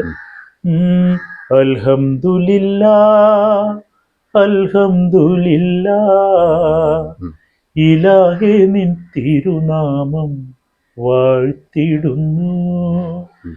നാഥ നീ കേൾക്കണേ എൻ നെഞ്ചിലെ നൊമ്പരം, സലാമത്താക്കണേ ഈമാന്റെ വെളിച്ചമെന്നിൽ. അൽഹംദുലില്ലാ അൽഹംദുലില്ലാ, ഇലാഹേ നിൻ സ്തുതിഗീതം വാഴ്ത്തിടുന്നു. ഒരു ട്യൂണ് ഇങ്ങനെ വന്നൊരു ട്യൂണ്. കുറെ കാലമായില്ലേ ഇപ്പൊ പാട്ടുകൾ പലരും പറഞ്ഞു തന്ന ട്യൂണുകൾ കേൾക്കുന്ന ഈ ചെവിയിൽ. അതിൽ നിന്നൊക്കെ നമുക്ക് കിട്ടുന്ന ഒരു കാര്യം. ഞാൻ ഇപ്പൊ അടുത്തിടെ നല്ലൊരു പാട്ട് എഴുതിയിട്ടുമില്ല. എന്റെ 50ാം വാർഷികത്തിന്റെ ആഘോഷത്തിന് ആ പാട്ടിന്റെ റിലീസിംഗ് ഉണ്ട്. ഞാൻ എഴുതി ഈണം കൊടുത്തൊരു പാട്ട്. അത് മാപ്പിളപ്പാട്ടല്ല കേട്ടോ, നല്ലൊരു ലളിതഗാനം, പ്രാസം ചേർത്ത് ഈ പറയുന്ന. ഈ 50ാം വാർഷികത്തിൽ എന്തൊക്കെയാണ് ഉൾക്കൊള്ളിക്കുന്നത്? 50ാം വാർഷികത്തിന് ഏപ്രിൽ നമ്മുടെ ഇതിന്റെ റിലീസ് യൂട്യൂബിന്റെ കേൾവി അതിന്റെ മുൻപുണ്ടാവുമെന്ന് കരുതുന്നു, കേൾവിയും കാഴ്ച. എന്നാലും 2025 ഏപ്രിൽ 19-20 തീയതികളിലാണ് ആഘോഷം. എന്തൊക്കെയാ പ്രോഗ്രാമുകൾ? തിരൂർ ടൗൺ ഹാളിന്റെ പരിസരത്ത് മുന്നിലും പിന്നിലും ഒക്കെ ആയിട്ട്, പുറത്തും അകത്തും ഒക്കെ ആയിട്ട് നടക്കുന്നത് പരിപാടികൾ, ഒരുപാട് പരിപാടികൾ. അതായത് ഞാൻ പാടിയ മാപ്പിളപ്പാട്ടുകൾ പുതുതലമുറ പാടുന്നത് മത്സരം, ഒരു എനിക്ക് കേൾക്കാൻ കൂടുതൽ ഇഷ്ടമുള്ള എന്ന രീതിയിൽ കുറച്ച് നല്ല ഗസൽ സിംഗേഴ്സ്, കേരളത്തിൽ അറിയപ്പെടുന്ന ഗസൽ പാട്ടുകാർ, അവരുടെ പേരുകൾ ഇപ്പോൾ ഞാൻ പറയാതിരിക്കാൻ നല്ലത്, കാരണം ചിലപ്പോൾ ഒരാൾ മാറിയാലോ ഒക്കെ വരാം. അവതരിപ്പിക്കുന്ന ഒരു ഗസൽ വിങ്. കൂട്ടുകാരോടൊപ്പം ഫിറോസ് ബാബു എന്ന് പറയുന്ന ഒരു സെഗ്മെന്റ്, എൻ്റെ കോളേജ്, ഹൈസ്കൂള്, UP സെക്ഷൻ, ഇതിൽ നിന്ന് വരുന്ന എൻ്റെ കാലങ്ങളായിട്ടുള്ള എൻ്റെ ചിരകാല സുഹൃത്തുക്കൾ ഒത്തുചേരുന്ന, അതിലൊരുപാട് പ്രഗത്ഭരും ഒക്കെ അവരുണ്ട്, വലിയ വലിയ സ്ഥാനങ്ങളിൽ എത്തിപ്പെട്ടവർ, അവരൊക്കെ വരുന്നു. പിന്നെ മാപ്പിളപ്പാട്ടുകളുടെ മാത്രം പരിപാടി ഒരു ദിവസം, സിനിമാ പാട്ടുകളുടെ മാത്രം മെലോഡിയസ് പ്രോഗ്രാം ഒരു ദിവസം, ഫുൾ ഓർക്കസ്ട്രയിൽ.